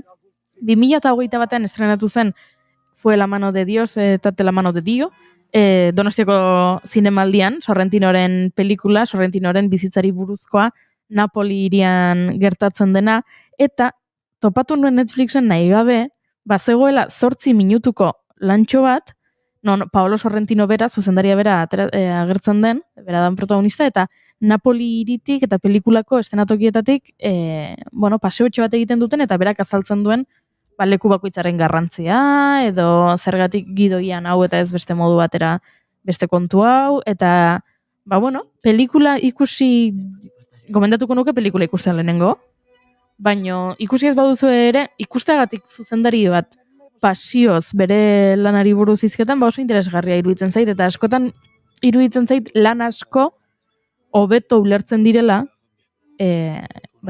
zuzendariari elkarrizketak entzunda, edo irakurrita, edo ikusita, eta nola ez ditugun horrelakoak askotan gomendatzen, bida 8 minututxo Netflixen dago, esan dudan bezala izenburua da Fue la mano de Dios a través de los ojos de Sorrentino, eta pelikula gustatu balin bat zitzaizuen, edo pelikula agian ez, baina Sorrentinoren unibertsio hau, eta Italia, eta nostalgia ariketak, dokumentaltxoa zuentzako. Eta esan bezala 8 minutu, ez dago zaitzakiarik, ez ikusteko. Hala ere, ez baduzue Fue la mano de Dios ikusi, zorionekoak zuek, ze oraindik ikusteko aukera daukazue lehenengo aldiz, eta pelikula superlatibo horietako bada, beraz, aprobetxatu eta ikusi, eta ondoren dokumental hori ere ikusi. Ara, Eire Maia gurera iritsi da, egunon? Egunon. Odoltzara? Bueno, hauta pixkatola dakat. Zer iriz azte burun parrandan? Bai. Ibili? Claro, gorpuz guzitan zauriren batu izan. Nerian bentsa bai. Zein da zure gaurko proposamena, Aire? El cuarto pasajero, Ales de la Iglesiana. Ales de la Iglesiana? Ales de la Iglesia. 2022an estrenatu zen, eta gaur egun Netflixen dago ikusgai. Da pelikula bat, Ales de la Iglesia bakiu pixkatzo hauta daola, eta gauza oso raroak iteitula. Eta pelikula da Julian izeneko gizon bat, asteburu Madrida jutea lanea, eta pixka bat dirua aurreztekotan, jendeakin juta konpartituta kotxea, blablakar izango bazen bezala, eta horrelako baten, asteburu pertsona berdinakin jutezan Madrida, Bilbotik, Blanca Suárez da protagonista, kasu hortan, eta maite mintzen bukatzeu, beretaz. Eta, erabakitzeu bidaia baten, Madrida bazen baten kontatzia, maite gunta daola, baina justo hor, bi pertsona gehiago jungo dira behaiekin, eta zoramen bat bihurtza bidaia hori. Zoramen bat, kiston pertsonaak oso ondo da oso karakteristikoa dira, bakoitzak bere trama daka, eta, parodia bat bezala emateu pelikula pixka bat, baina, oso entretenigarria da, eta bixe. En mi coche. ¡Nos estamos yendo! Parece que vas en serio. Claro que voy en serio. ¡Mierda, mierda, mierda! Camarero, por favor, otra. Alberto San Juan on fire daukezu gaur, Bai. Bai, ez da, gaina, ez zan lehenengo aldia, igual lehenengo aldi izan zan, entre otras cosas, baina olako pertsonaia ero bat gorpuztezun da, Alberto San Juanek beti izan lan pixkat serioa eta komediatik asko lan indu, baina bai, izakit gustatu izaiten, papel hontan ikustea behar, ¿Interrumpo? Pues un poco sí. Hoxe gaurko gure proposamenak zerrenatuko dizkizuegu, zen niri ja zuzait zerkin hasi garen ere. Casa en llamas, hasi gira. Imanolek Casa en llamas gomendatu du, eta esan dugu oraintxe zinemetatik pasa dela, beraz orainik harrapatuko duzuela. Nik El Cielo Rojo filminen ikus ezakezue, hau ere, pelikula bat dugu. Goiuri proposatu du 8 minutuko Fue la mano de Dios a través de los ojos de Sorrentino. Eta hau Netflixen dago. Hori da. Eta bide batez, pelikula bera ere Fue la mano de Dios gomendatzen dizuegu. Igual egun batean monografiko bat egin behar dugu honen inguruan. Eta bide batez, generoa, ze Netflixek sailkatzen ditu pelikulak, genero bitxien arabera batzuetan niri oso bitxiak iruditzen zaizkita diez badago pelikula motzak, eta hor dago denetarik, edo beldurrezkoak, dramak, thrillerrak, komedia, dena. Eta honen generoa da Italia. ¿No? Italia da genera, Netflixek esaten du, ¿qué género es esta película? Esta película es género Italia. Eta luzek ezakizu izan daiteke komedia bat, izan daiteke romantiko bat, izan daiteke drama bat, ez da Italia. Italia. Hor, zinemaldiko retrospektibetako bat izan da, italiar zinema. Bai. Beraz, hortxe, italiar giroan. Aizue, arratsaldea, eta falta zaizkigu, Regreso al Futuro, 1989ko Juneren proposamena. Egia, ikusi ez Primen dago ikusteko aukera. Ikusi ez baduzue, ikusi egin behar duzuela, eta azkena, El Cuarto Pasajero, hau, nun esan dugu? Netflixen dagoela ikusgai, eta egizan nik itxura onartu diote. Nik ere, eta ikusi gabe nuen. Beraz, hortxe gaurko proposamenak, baina gauzat esan behar dizuet. Minutu batzu dazko gure horrengo gonbidatua iritsi bitartean, eta nik baliatuko dut, nire galdera gustokoen horietako batzuk jaurtitzeko. Nik egin ezak lehenago galdera bat? Bai. Ikusi ez du Harry Potter? Sí, oigo música.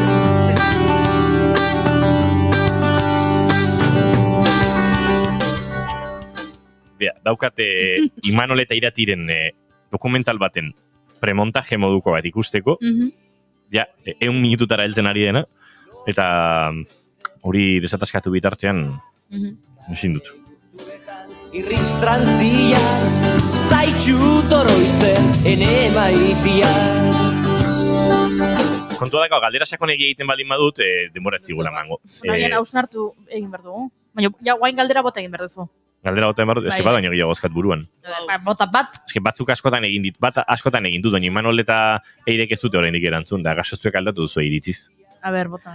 Bizitzan, 3 janari bakarri dauzkazue, hil bitartean aukeratu behar dituzuenak. 3 janari barra edari. Ura. Baina bizitza aldatzen doa. Baina janaria da, platera, badibidez tortilla patata bat, edo patata. Ez, tortilla patata bat. Tortilla patata bat. Azken produktua. Vale, patata tortilla. Pentsaba berdet. Ni oso infantia izango naiz, baina ni daukat oso garbi. Makarroiak tomatekin. Ez, hainbeste ez. Oiaskoa laben, hori da, bueno, oiaskoa modu guztita. Oiaskoa, kontzeptu bezala, bai. Gero, pizza, eta hamburguesa. Ze pizza. Denak. Ez, baina hori eske hor bado de trukitua, gaizuko oiaskoa esaten duzu, eta gero oiaskoa 10.000 modutara presta daiteke. Ez, orduan, oiaskoa laben, pizza... baina askatasuna dago. Ondo indezula, justo. Nik paella valentzianare esan izan dut inoiz, ze ematen du, produktu asko dauzka. Azken barazkia, garraia, aragia ez, denetari dauka. Baina oiaskoa, igual izango da gutxien ekatzen duen jakietako bate. Oiaskoa da. Oiaskoa jan dezakezu bizitza osoan. Bai, oiaskoa eta patata beare. Da, eske patatakin hainbeste gauza egin ditzazkizu. Por cierto, egon nintzen Zumaian, eta dago kaletxo bat, daudela 3 taberna. Bai, zulua. Bai, zulua.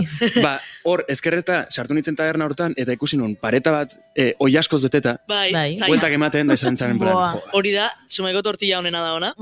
Da, nire taberna gogokoena Zumaikoa. Satanako balio, parrandako, ondo jatea gaina. Eta hor daude, oiaskoak bueltaka bai. Hemen, nik patata tortilla, kroketak eta ama tabernako gaztatarta. Hemen txatean, ez daukera txarra, zehaztasuna. Bai. Zukera txarra. Nik ez dakitze erantzun nuen bere garaian, orduan ez dakit aldatu dena. Nik lehenengo pentsamendua eukinuena izan zan pixkat haundira.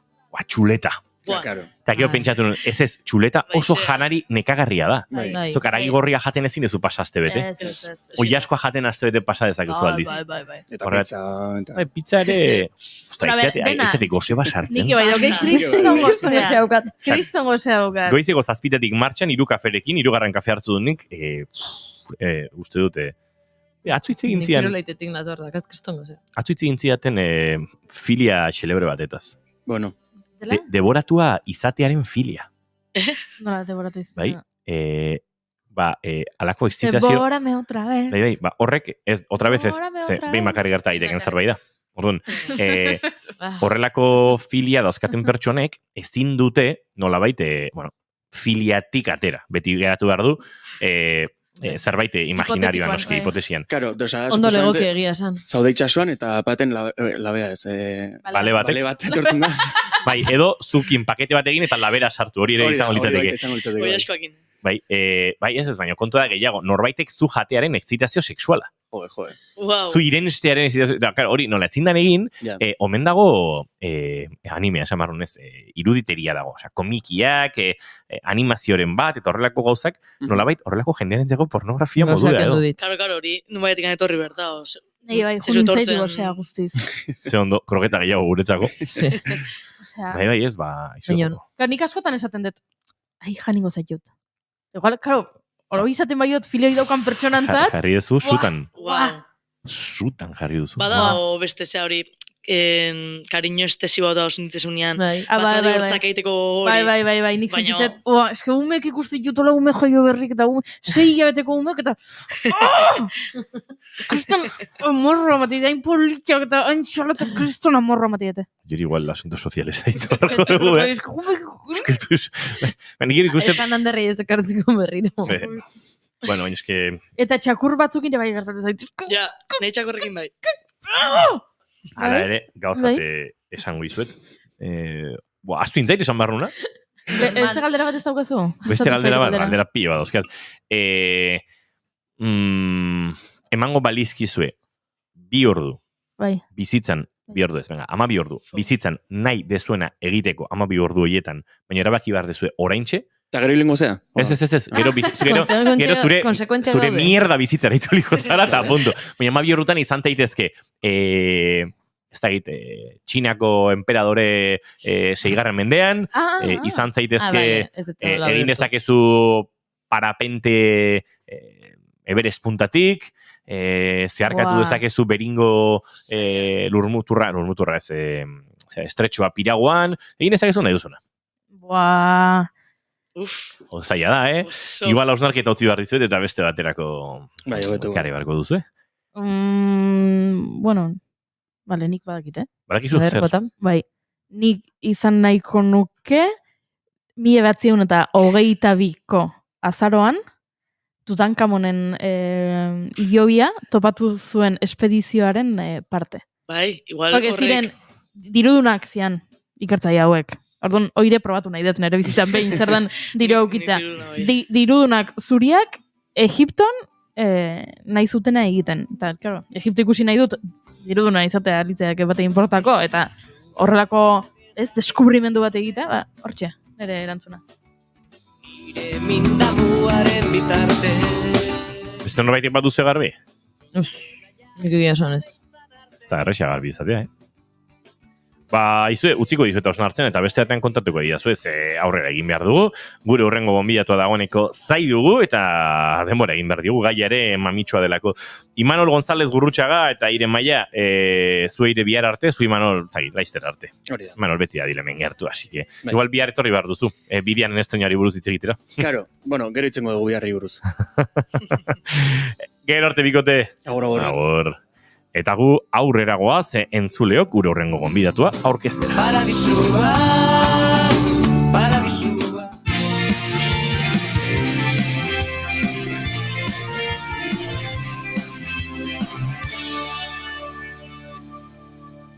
Naiz irratian, 2. kafea.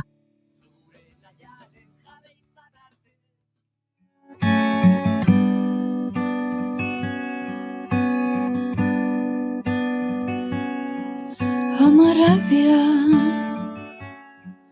ta mezu batek izozu egin Zerk mugatzen du zer den onargarria eta zerrez? Zerk definitzen du gu bat eta zerk komatxo artean normala dena? Bada 2022an Elgoibarren egindako ikerketa batek dio, Elgoibarren Euskal Herriko beste herri eta hiri guztietan bezala, hetero araua dela indar handiko egitura hori. soinu jasangaitza hori.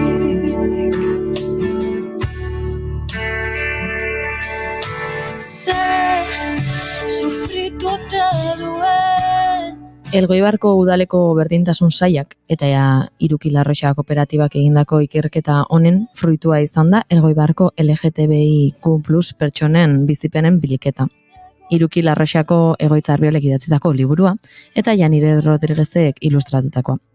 Gaur gurean dugu Egoitza Arriola Albeniz liburuaren idazlea, egunon? Kaixo, egunon. Egunon. Bueno, Egoitz, hasiko naiz pixka bat zure buruarengan, irakurri dudanagatik antropologoa zara ikasketaz, baina orain besteak beste gizarte ikerlari, hezitzaile eta talde dinamizatzaile gisa aitzentzea, bai pedagogia feministetan, LGTBI gaietan eta gizontasun gaietan, ezta? Hore da. Zenbat daukagu ikasteko gai guzti hauen inguruan Euskal Herrian? Nik ikasten zaitzatu ez dela autu bat hasita bukatzen dena, bezik eta behin hasita, uste bizitzurako zerbait dela ez, arlo egin bezala, zer sakondu, denbora guztian. Uste nuen esan bartzuela dena, baina zerbait behintzat ikasi dugu. Zerbait uste uste ja gaur egun zentzu komunaren parte badiela hainbat galderez egitea edo hainbat kontzeptu erdi ezagun egitea edo behintzat adibidez LGTB pertsonen bizitzak ezalantzan jartzea orokorrean uste nahiko zabaldu dagoen zerbait dela. Lekuan, akigu daudela diskurso hainbat eurendikan hori ere ukatzen duena, baina uste gauza batzuk apurka ikasten biltzala, jendarte bezala. Proiektu guztionek aipatu bezala lehenengo pausoa edo izan zen ikerketa bat egitea 2022an, ziur ondo banago, bai? Bai, ere. Nolakoa izan zen ikerketa hau zertan oinarritu zen? Hau dator eskari batetikan, azken aldian udaletatik badabiltza egiten eskariak LGTB diagnostikoak egiteko, forma desberdinak hartzen dituzten diagnostikoak egiteko, eta ero horren emaitza izaten da dokumental bat dela, liburu bat dela, unitate didaktiko bat dela, dena delakoa, eta hori guk ikerketa egin genuen 2022an, eta ero ja purka pentsatu nuen igual, kontuan izan da askotan ikerketak egin baina ostean kajoietan geratzen diela, hori liburuxka meno batean biltzea edo ez, guzti hori nola lurreratzea liburu itxura honetan, erabaki nuen eta hori. Eta horlako ikerketa bat nola egiten da, zein dira jarraitu beharreko pausoak? Astegotamen, horlako diagnostikoak eta ikerketak eta bar, bentsat Iruki Larroxaren ikuspetikan beharrezkoa izaten da egitea harrian dago mugimendutik abiatuta. Kasu hondan, LGBT komunitatea badago Elgoibarren, baina ez dago nada agian kolektibizatu bentsako hasi ginean, eta gohasi eta segituan konturatu ginen, orduntxe bertan sortzen zabiela LGTB kolektibo bat, eta haiekin bai izan ditugu hartu emanak, eta haien bitartez ere agian kontaktu bat edo beste lortu izan dugu, eta bestela egiten dena da, bertan herrian izan ditzakegune kontaktuetatik abiatuz, hortikan izenak biltzen hasi eta eroia proposamenak egin ez. Adibidez, abia puntua izan zen, iruditzen egun interesantea zela, Elgoibarko soziologia ezagututa pixka bat, interesante izango zela dendaostekoak liburuaren abia puntua hartzea, eta orduan Uxu Albertiren liburua hartu eta junginen bertara. Pitxintxu liburu dendara, oso liburu denda zora harria dena, bai liburu dendagatik beragatik, eta baitare, bera maten zuten bi aizpengatik. Eta egin lehenengo sola sali moduko bate bereiek biekin, eta hortikan ja, abia puntua, edo abia punturako oinarri bat izan genuen, eta hortikan ja abiatu genuen ikerketa, hori, jendearen izenak lortzen jun, proposatu, eta ikertzen asterena. Honek guztiak eramandu Elgoibarko LGTBI+ pertsonen bizipen bilketa izeneko liburu hau argitaratzea. Agian, pixkat gaian sakontzen joango gara eta atalak erabiliko ditut horretarako. Liburua irekitzen den momentuan, lehenengo gauza ikusiko genukena atal teorikoa edo litzateke.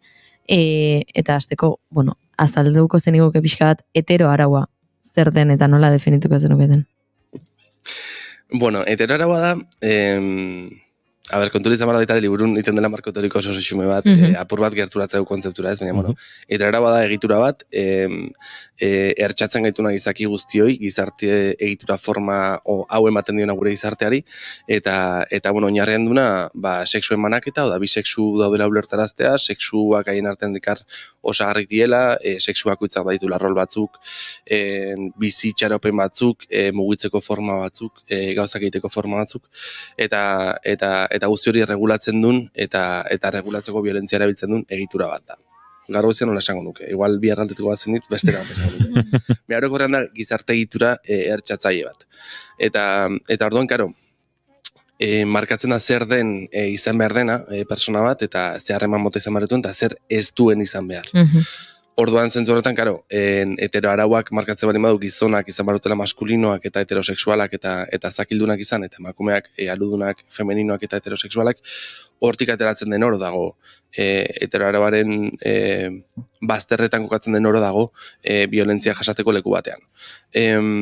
Horrek iztu esan nahi, gizon, cis, hetero batek ez dunikan egitura horren violentzirik nabaritzen, hau da, edo emakume cis hetero batek beren zait, diot, gizon cis hetero batek usten dunean baitare, edo elementu estetiko ez arautu bat, edo femenino bat erabiltzen dunean, edo emakume batean baitunean harremantzeko forma maskulinoak baitare violentatzen zaio zuzentzeko eta araura erakartzeko. Ez orduan, gizarte egitura honek ez gaitu soik LGTB pertsonoi eragiten baizik eta eragiten du jendarte osoari, guztiari.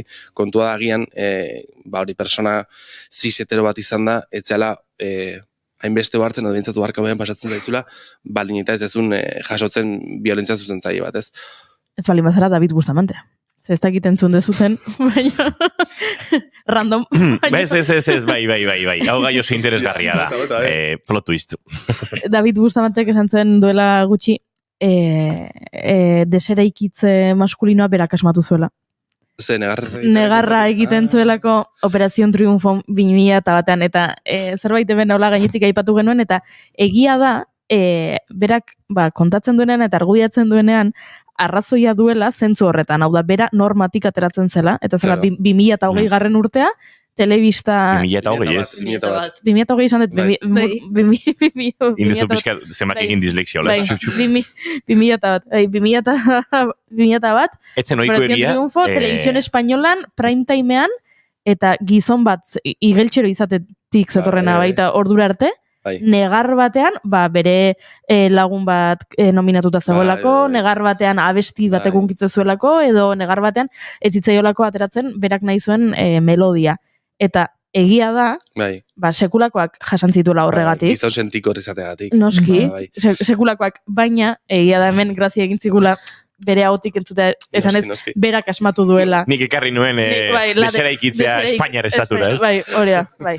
Pasan nuen bizitza Espainiar estatuan eraikitzen etxeak, eta gero erabakin nuen deseraikitzea gizontasuna, da, bum, venga, hemen nago. Oso interesantea da, David Bustamanteren leku hori zeren da personat hori egintzen, eta jende askorentzat referentea bihurtu zen, eta igual jende askori lagundu zen esaten gizonek eren egarra egiten dugula. Baina aldi berean izan zen, kriston izugarri pila bat erredikulizatu zen zerbait.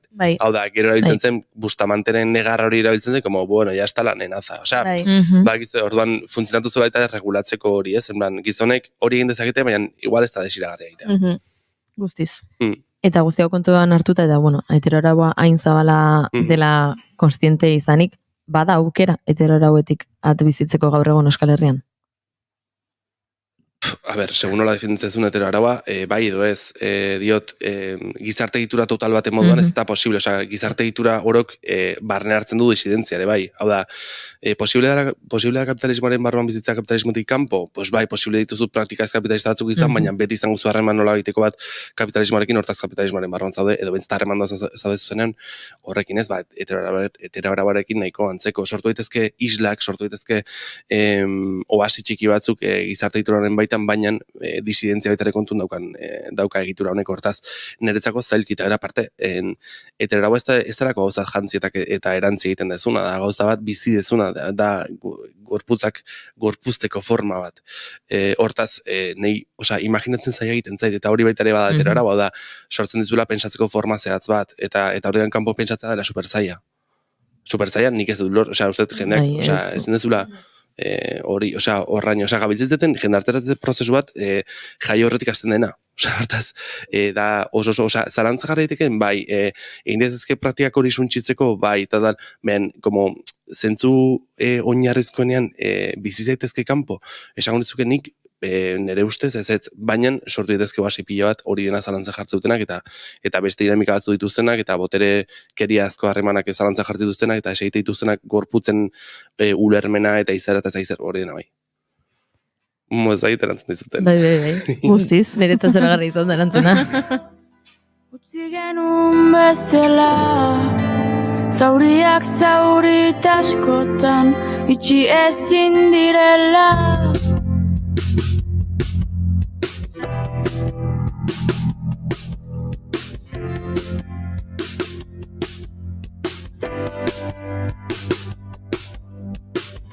Lerro hauetan erremerre, honen aitorpena. Naizta lehenago egin nahi nun, hau dena. Hemen gorde nahi nuke, badela nun hartu arnasa. Bakarrik ezin bada, behar nituen. Marko teorikoan aurrera ingoa genuen, irakurtzeko aukera daukiko genuke bai feminismoa eta transfeminismoaren inguruan, generoa, sexualitatea eta heteroaraua, baina hurrengo atalera egin nahiko nuke salto. Hurrengo atalean ja bizipenetan sartzen zarete eta herriaren inguruan hitz egiten da lehenengoan. Elgoibartarrek nola bizituzte gai hauek herrian?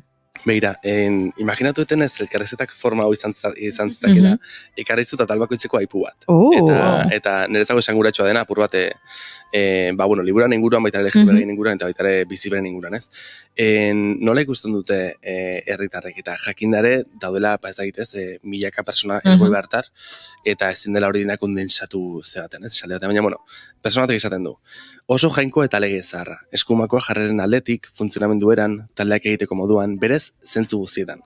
Zu normaren barruan baldin mazaude, hau edozein gairekin ere, ez dezu inolako arazorik edukiko eta izango zara azeptatua.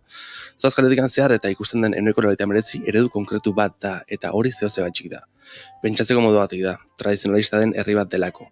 Zein da jendearen pentsakera baindikan, edo lan mundua sartzen zara, edo ikasketa bukatzen dituzu, alba dut unibertsitatera joaten naiz, gurasokin bizi naiz, lan egiten hasten naiz, bikotarreman batean hasten naiz, bilarekin bizitzera noa, umeak eduki, horbea bizikleta bat erosi, lizarrako jun, etc. Ez? Osa diot, eteraraua, basikamente. Osa, nolako da herria LGTB pertsonen ikuspegitikan. Batzuentzat ez da herri violento bat bereziki, baina gero harakatzen hasten zanen, edo ez, apur bat azkatzen dezunean azaleko diskursoa asentzako duratzen, dela herri bat oso, hori tradizio izugarri pila dituna, beste herri guzti bezala. Behan igual elgoibarren badago eskubikoa izatearen kontzientzia gehiago, edo eskumakoa, ez? Esatutan bezala haiek herri txikiaren dinamika ditula, aldi berean hiri baten dinamika edo bentsat egiturazko gozatzu behitula, baina gero oso herri txikiko dinamika ditula itara ipatzen da, txutxu-mutxu pila bat, arautik ateratzen den oro segituan seinalatzen dela, begira ekin da ez.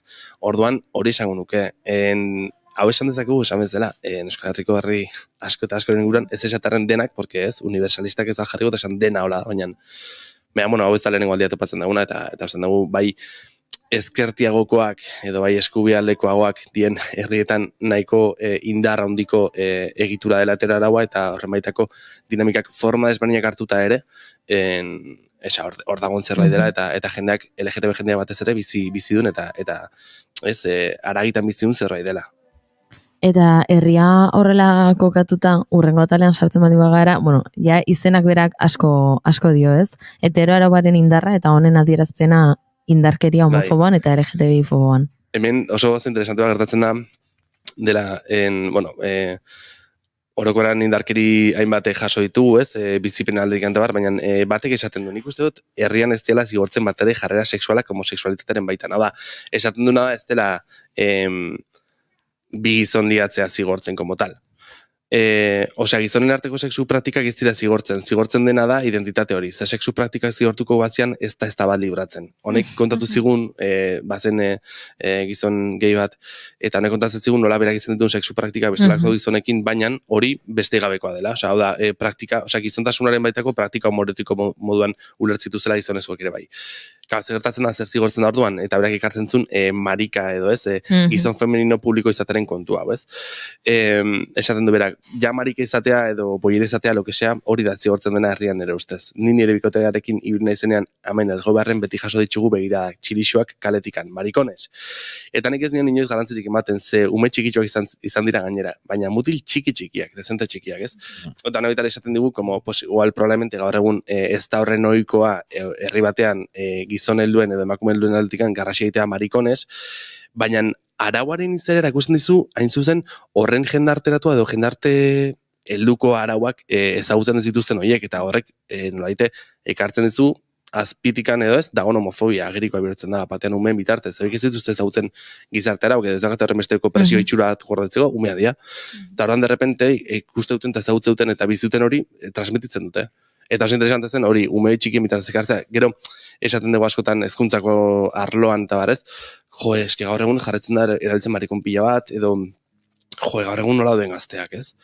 Niretzako, gaur egun daude gazteak dauden bezala, egundian bezala beti, kontua jendarte egitura oso bat, eta jendarte oso bat dagoela ideia hori dituna, osea, ideia horiek ez bat zeuden gizartean, ume txiki batek, neskazen mutil, nekez esanako lukeloak ez horret, ez? Baina da, osea, azkenean da, format ikusten dena nola kristalizatzen den hori, horren bitartez, ez? Baina dagoen zerbait da, homofobia, agerikoa da. Eta beraz, adierazpena gehiengoan ahoz izaten da, edo badira beste adierazpen batzuk agian gutxiago konturatzen garena, baina indarkeria horren adierazpena esan nahi dut. Bai, klaro. Bai, adibidez, bira, ikusazintasuna inguruan. Badago, saiatu ginen elkarrizetatzen emakume lesbiana talde bat, lesbianek ezagutzen zituztenak eta referente izan zinak aintzako, eta ez denun lortu. Eta dakiguna da, elgoberko emakume lesbiana talde bat bazegola, talde hau ez talde antolatua politikoki baizik eta talde bat kuarria bat zena, eta pentsatzen duguna da, karo, ez degurako egin itzein, bizirapen estrategia moduan, haien artean elkarretzen hasi zira, eta batean ez, leku seguru bat sortu zutela. Eta, bakaro, osea, desberdina izatea gehia, transa, lesbiana, intersexuala dena erako ez, eta bakoitza ditu bere botere, violentzi, ez, ikusgaitasun maila desberdinak, eta, por ejemplo, emakumein kasuan beti hitz egiten den zerbait da, ikusezintasunera mugatua daudela, ikusezintasunera boteak diala, ez. Eta hostia, oso aderazgarria da, emakume helduko harria bat, 60 urte ingurukoa edo ez, buelta horretako emakumeko harria batek ez parte hartu nahi izatea ikerketa batean, eta horre baita ere, pues, esaten dugu nola gorpuztu daiteken baita ere ikusezintasun hori, ez? Nik zer esan du, nik zer aportatu dezakete guzti honetan, ez? Pues, talantzaik izatea diez oso emakumezko generoarekin lotutako zerbait da, eta azkenean gorpuztu ditzen da, eta azkenean haiek ez zuten hain hautsa erabiliaien esperientzia kontatzeko, dakigu besteen bitartez. Eta ederra da ere bai nola ikusezintasun horretan badauden ez dakit, bizipen antzekoak dituzenen artean ikus gaitasunerako ez dakit gaitasun batzuk. Ez dakit den intuizioa ez dakit zer den, baina esan nahet nik adibidez baitaren herrian bat zegoen persona bat marikazena, eta nik txikitatik goatzen ez da martukin ikusten dut, esan du, igual hori ni bezalakoa da ez, radar dezen zaio ere bai. Bueno, pues hori ez, osea, kontatu ziguten hau, emakumeko harria honen kontuak kontatu zigun beste lesbiana bat, egite izan zeko, hostia, bale, ikusezintasuna dago jendartearen ikuspetikan, mehan gure artean bat hau errekonozitzeko gaitasun hori, eta hori ere ederra da. Kontuan izan da, egora oso violentua dela, zuk ezin izatea zure gura ikusgai egin. Eta indarkeria horien artean, azpimarratzen da zure liburuan agian besteren bat izan daitekela, zuzenketa edo ukazioa bera. Zuzenketa eta ukazioa kanpotik edo pertsonak berak bere buruarekiko. Nik uste, zuzenketa kanpotikan dela, eta ukazio ere izan daitekela kanpotikan, baina ukazio ere izan daitekela barrutikan. Osa, zuk zure burua, zure burua ere bai zuzendu dezakezu. Hori, ostra, konturatzen zean, por ejemplo, manera batzu dituzula eskua mugitzeko edo ibiltzeko, hori zuzendu dezakezu, hori nire bezala gertatzen da. Konturatzen hasten zenean, ez zela sartzen generara ohikoenetan, egiten dituzu zuzenketarako praktika kontziente batzuk. Ez, da bizirapen estrategia bat, ez da, homofobia generatuan ez guztia, baina da bizirapen estrategia bat argiki ez, da, ez violentzia jasotzeko iten dezun zerbait, zuzenketa bat. Baina hor, por ejemplo, badago zerbait dela gizonen kasuan zuzenketak egiten dira eta emakumeen kasuan ukatu egiten dira. Zuzenean ez dago, ez? Da, egongo balitz bezala esperantza da gizonekiko, baina emakumekiko ez. Zuzenean da, galkerian dauden batzuk, ez? Kolektibo moduko bada, ez? Eta dinamika bai oso kuriosatzen hori ikustea, behen esan bezala, hori elgoi behar ikusten dut, ikusten dira beste leku askotan, bai. Eta indarkeria guzti hauek, badituzte hainbat ondorio, horietan ezagunenan nik esango nukena da armailuaren kontzeptua, baina liburuan ere aurkitu dezakegu sexilioa hitza beren. Bai. Zertan datza sexilioa? Bai, sexilioa da, zuk zure orientazio edo, heteroraban sartzegatik egiten dezun erbesteratzen moduko bat. Zaintekela ondoko herrira, ondoko irira, beste batera dena delakoa. Eta sexilioaren inguruan, badirudi dela gauza bat, como kontzienteki egiten dena. Esan nahi dut. Badirudi, batean zu konturatu homoseksuala zela eta hortaz ez zela sartzen zure herriko jendarte arau horretan, jaso guztura bilintzioa, eta bazozela anonimatu bilari batera, ez? Eta hori badago.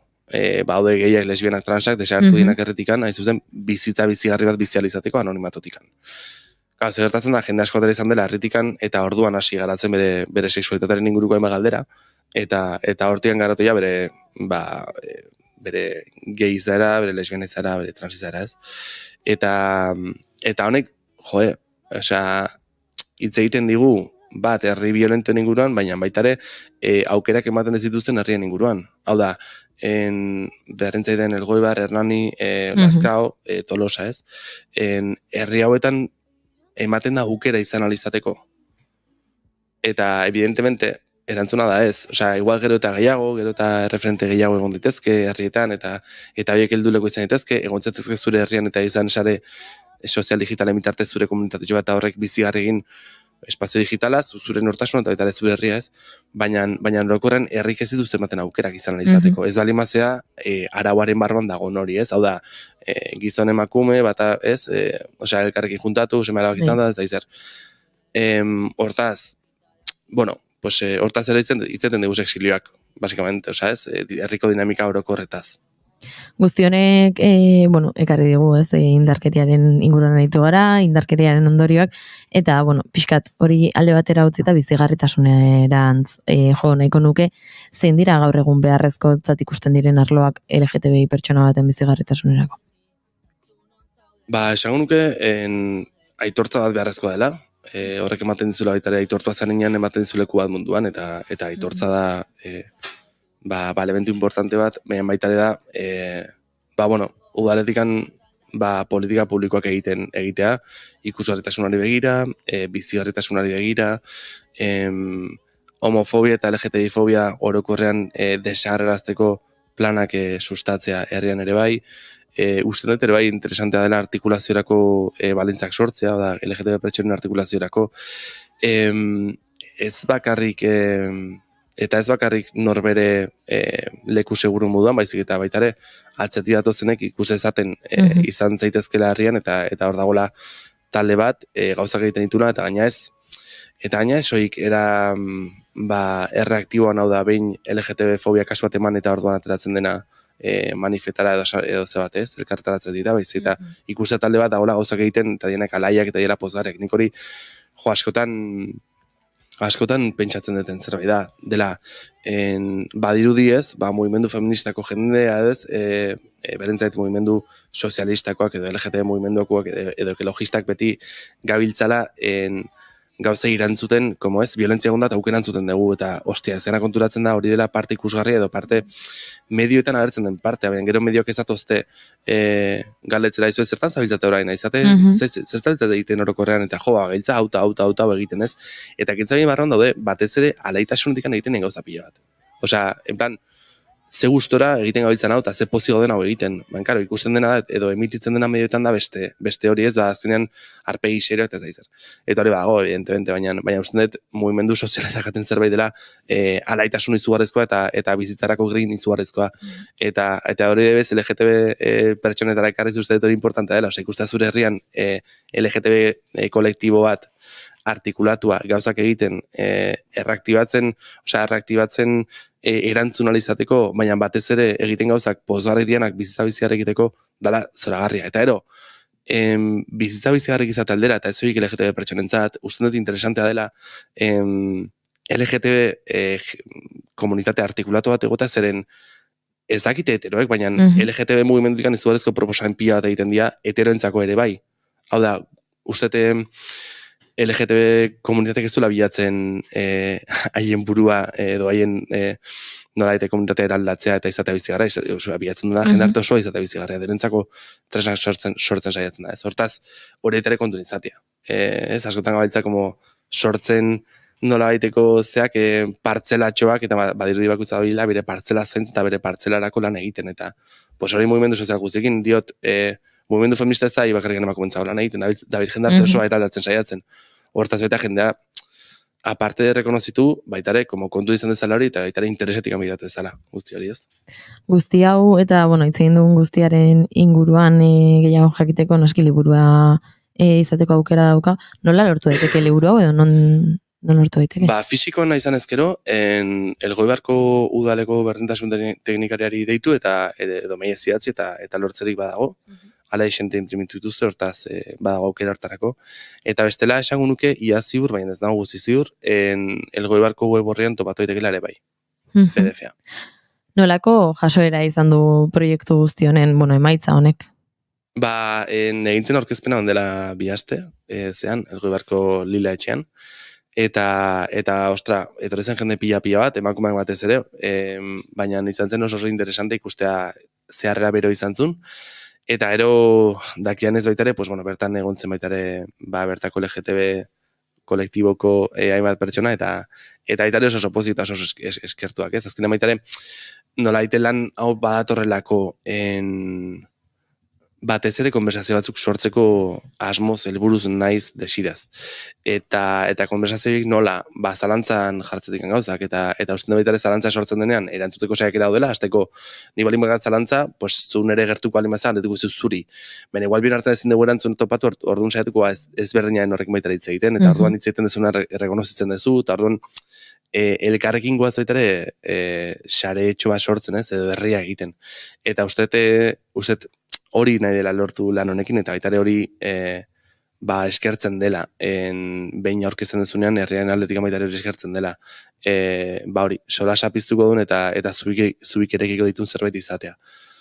Proiektu honen beste partea lehen aipatu, Janire Rodriguez izan da ilustratzaile lanetan aritu dena, Janire Elgoibarkoa da, eta, penaz ezin izan dut lortu gaur hemen izatea, harekin hitz egiten aritu naiz, baina, bideoz ikusten jarraitzen ari zareten guztiok ikusiko zenuten liburua erakutsi dugu orain eta ilustrazio batzuk ikusteko aukera izan duzue, nire ustez behintzat oso ondo bateratutako ilustrazioak dira, gai bakoitzakoa dauzka ondo landutako ilustrazioak eta ulergarriak direnak, niri bultzatzen zaituztet bintzat ikustera eta irakurtzera, ze proiektu honetan polita da eta oso ondo bilduta dago dena.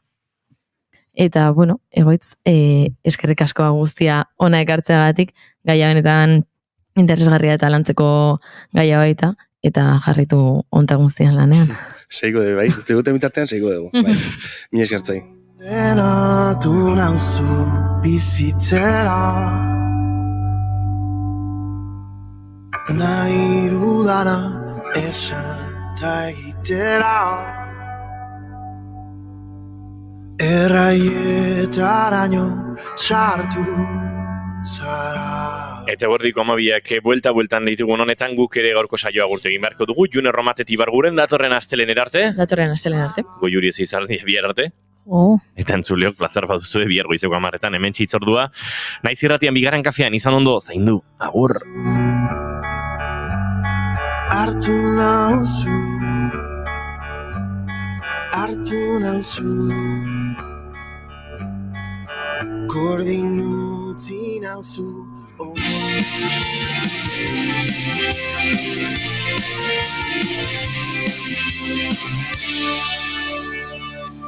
Keep calm and bigarren kafea.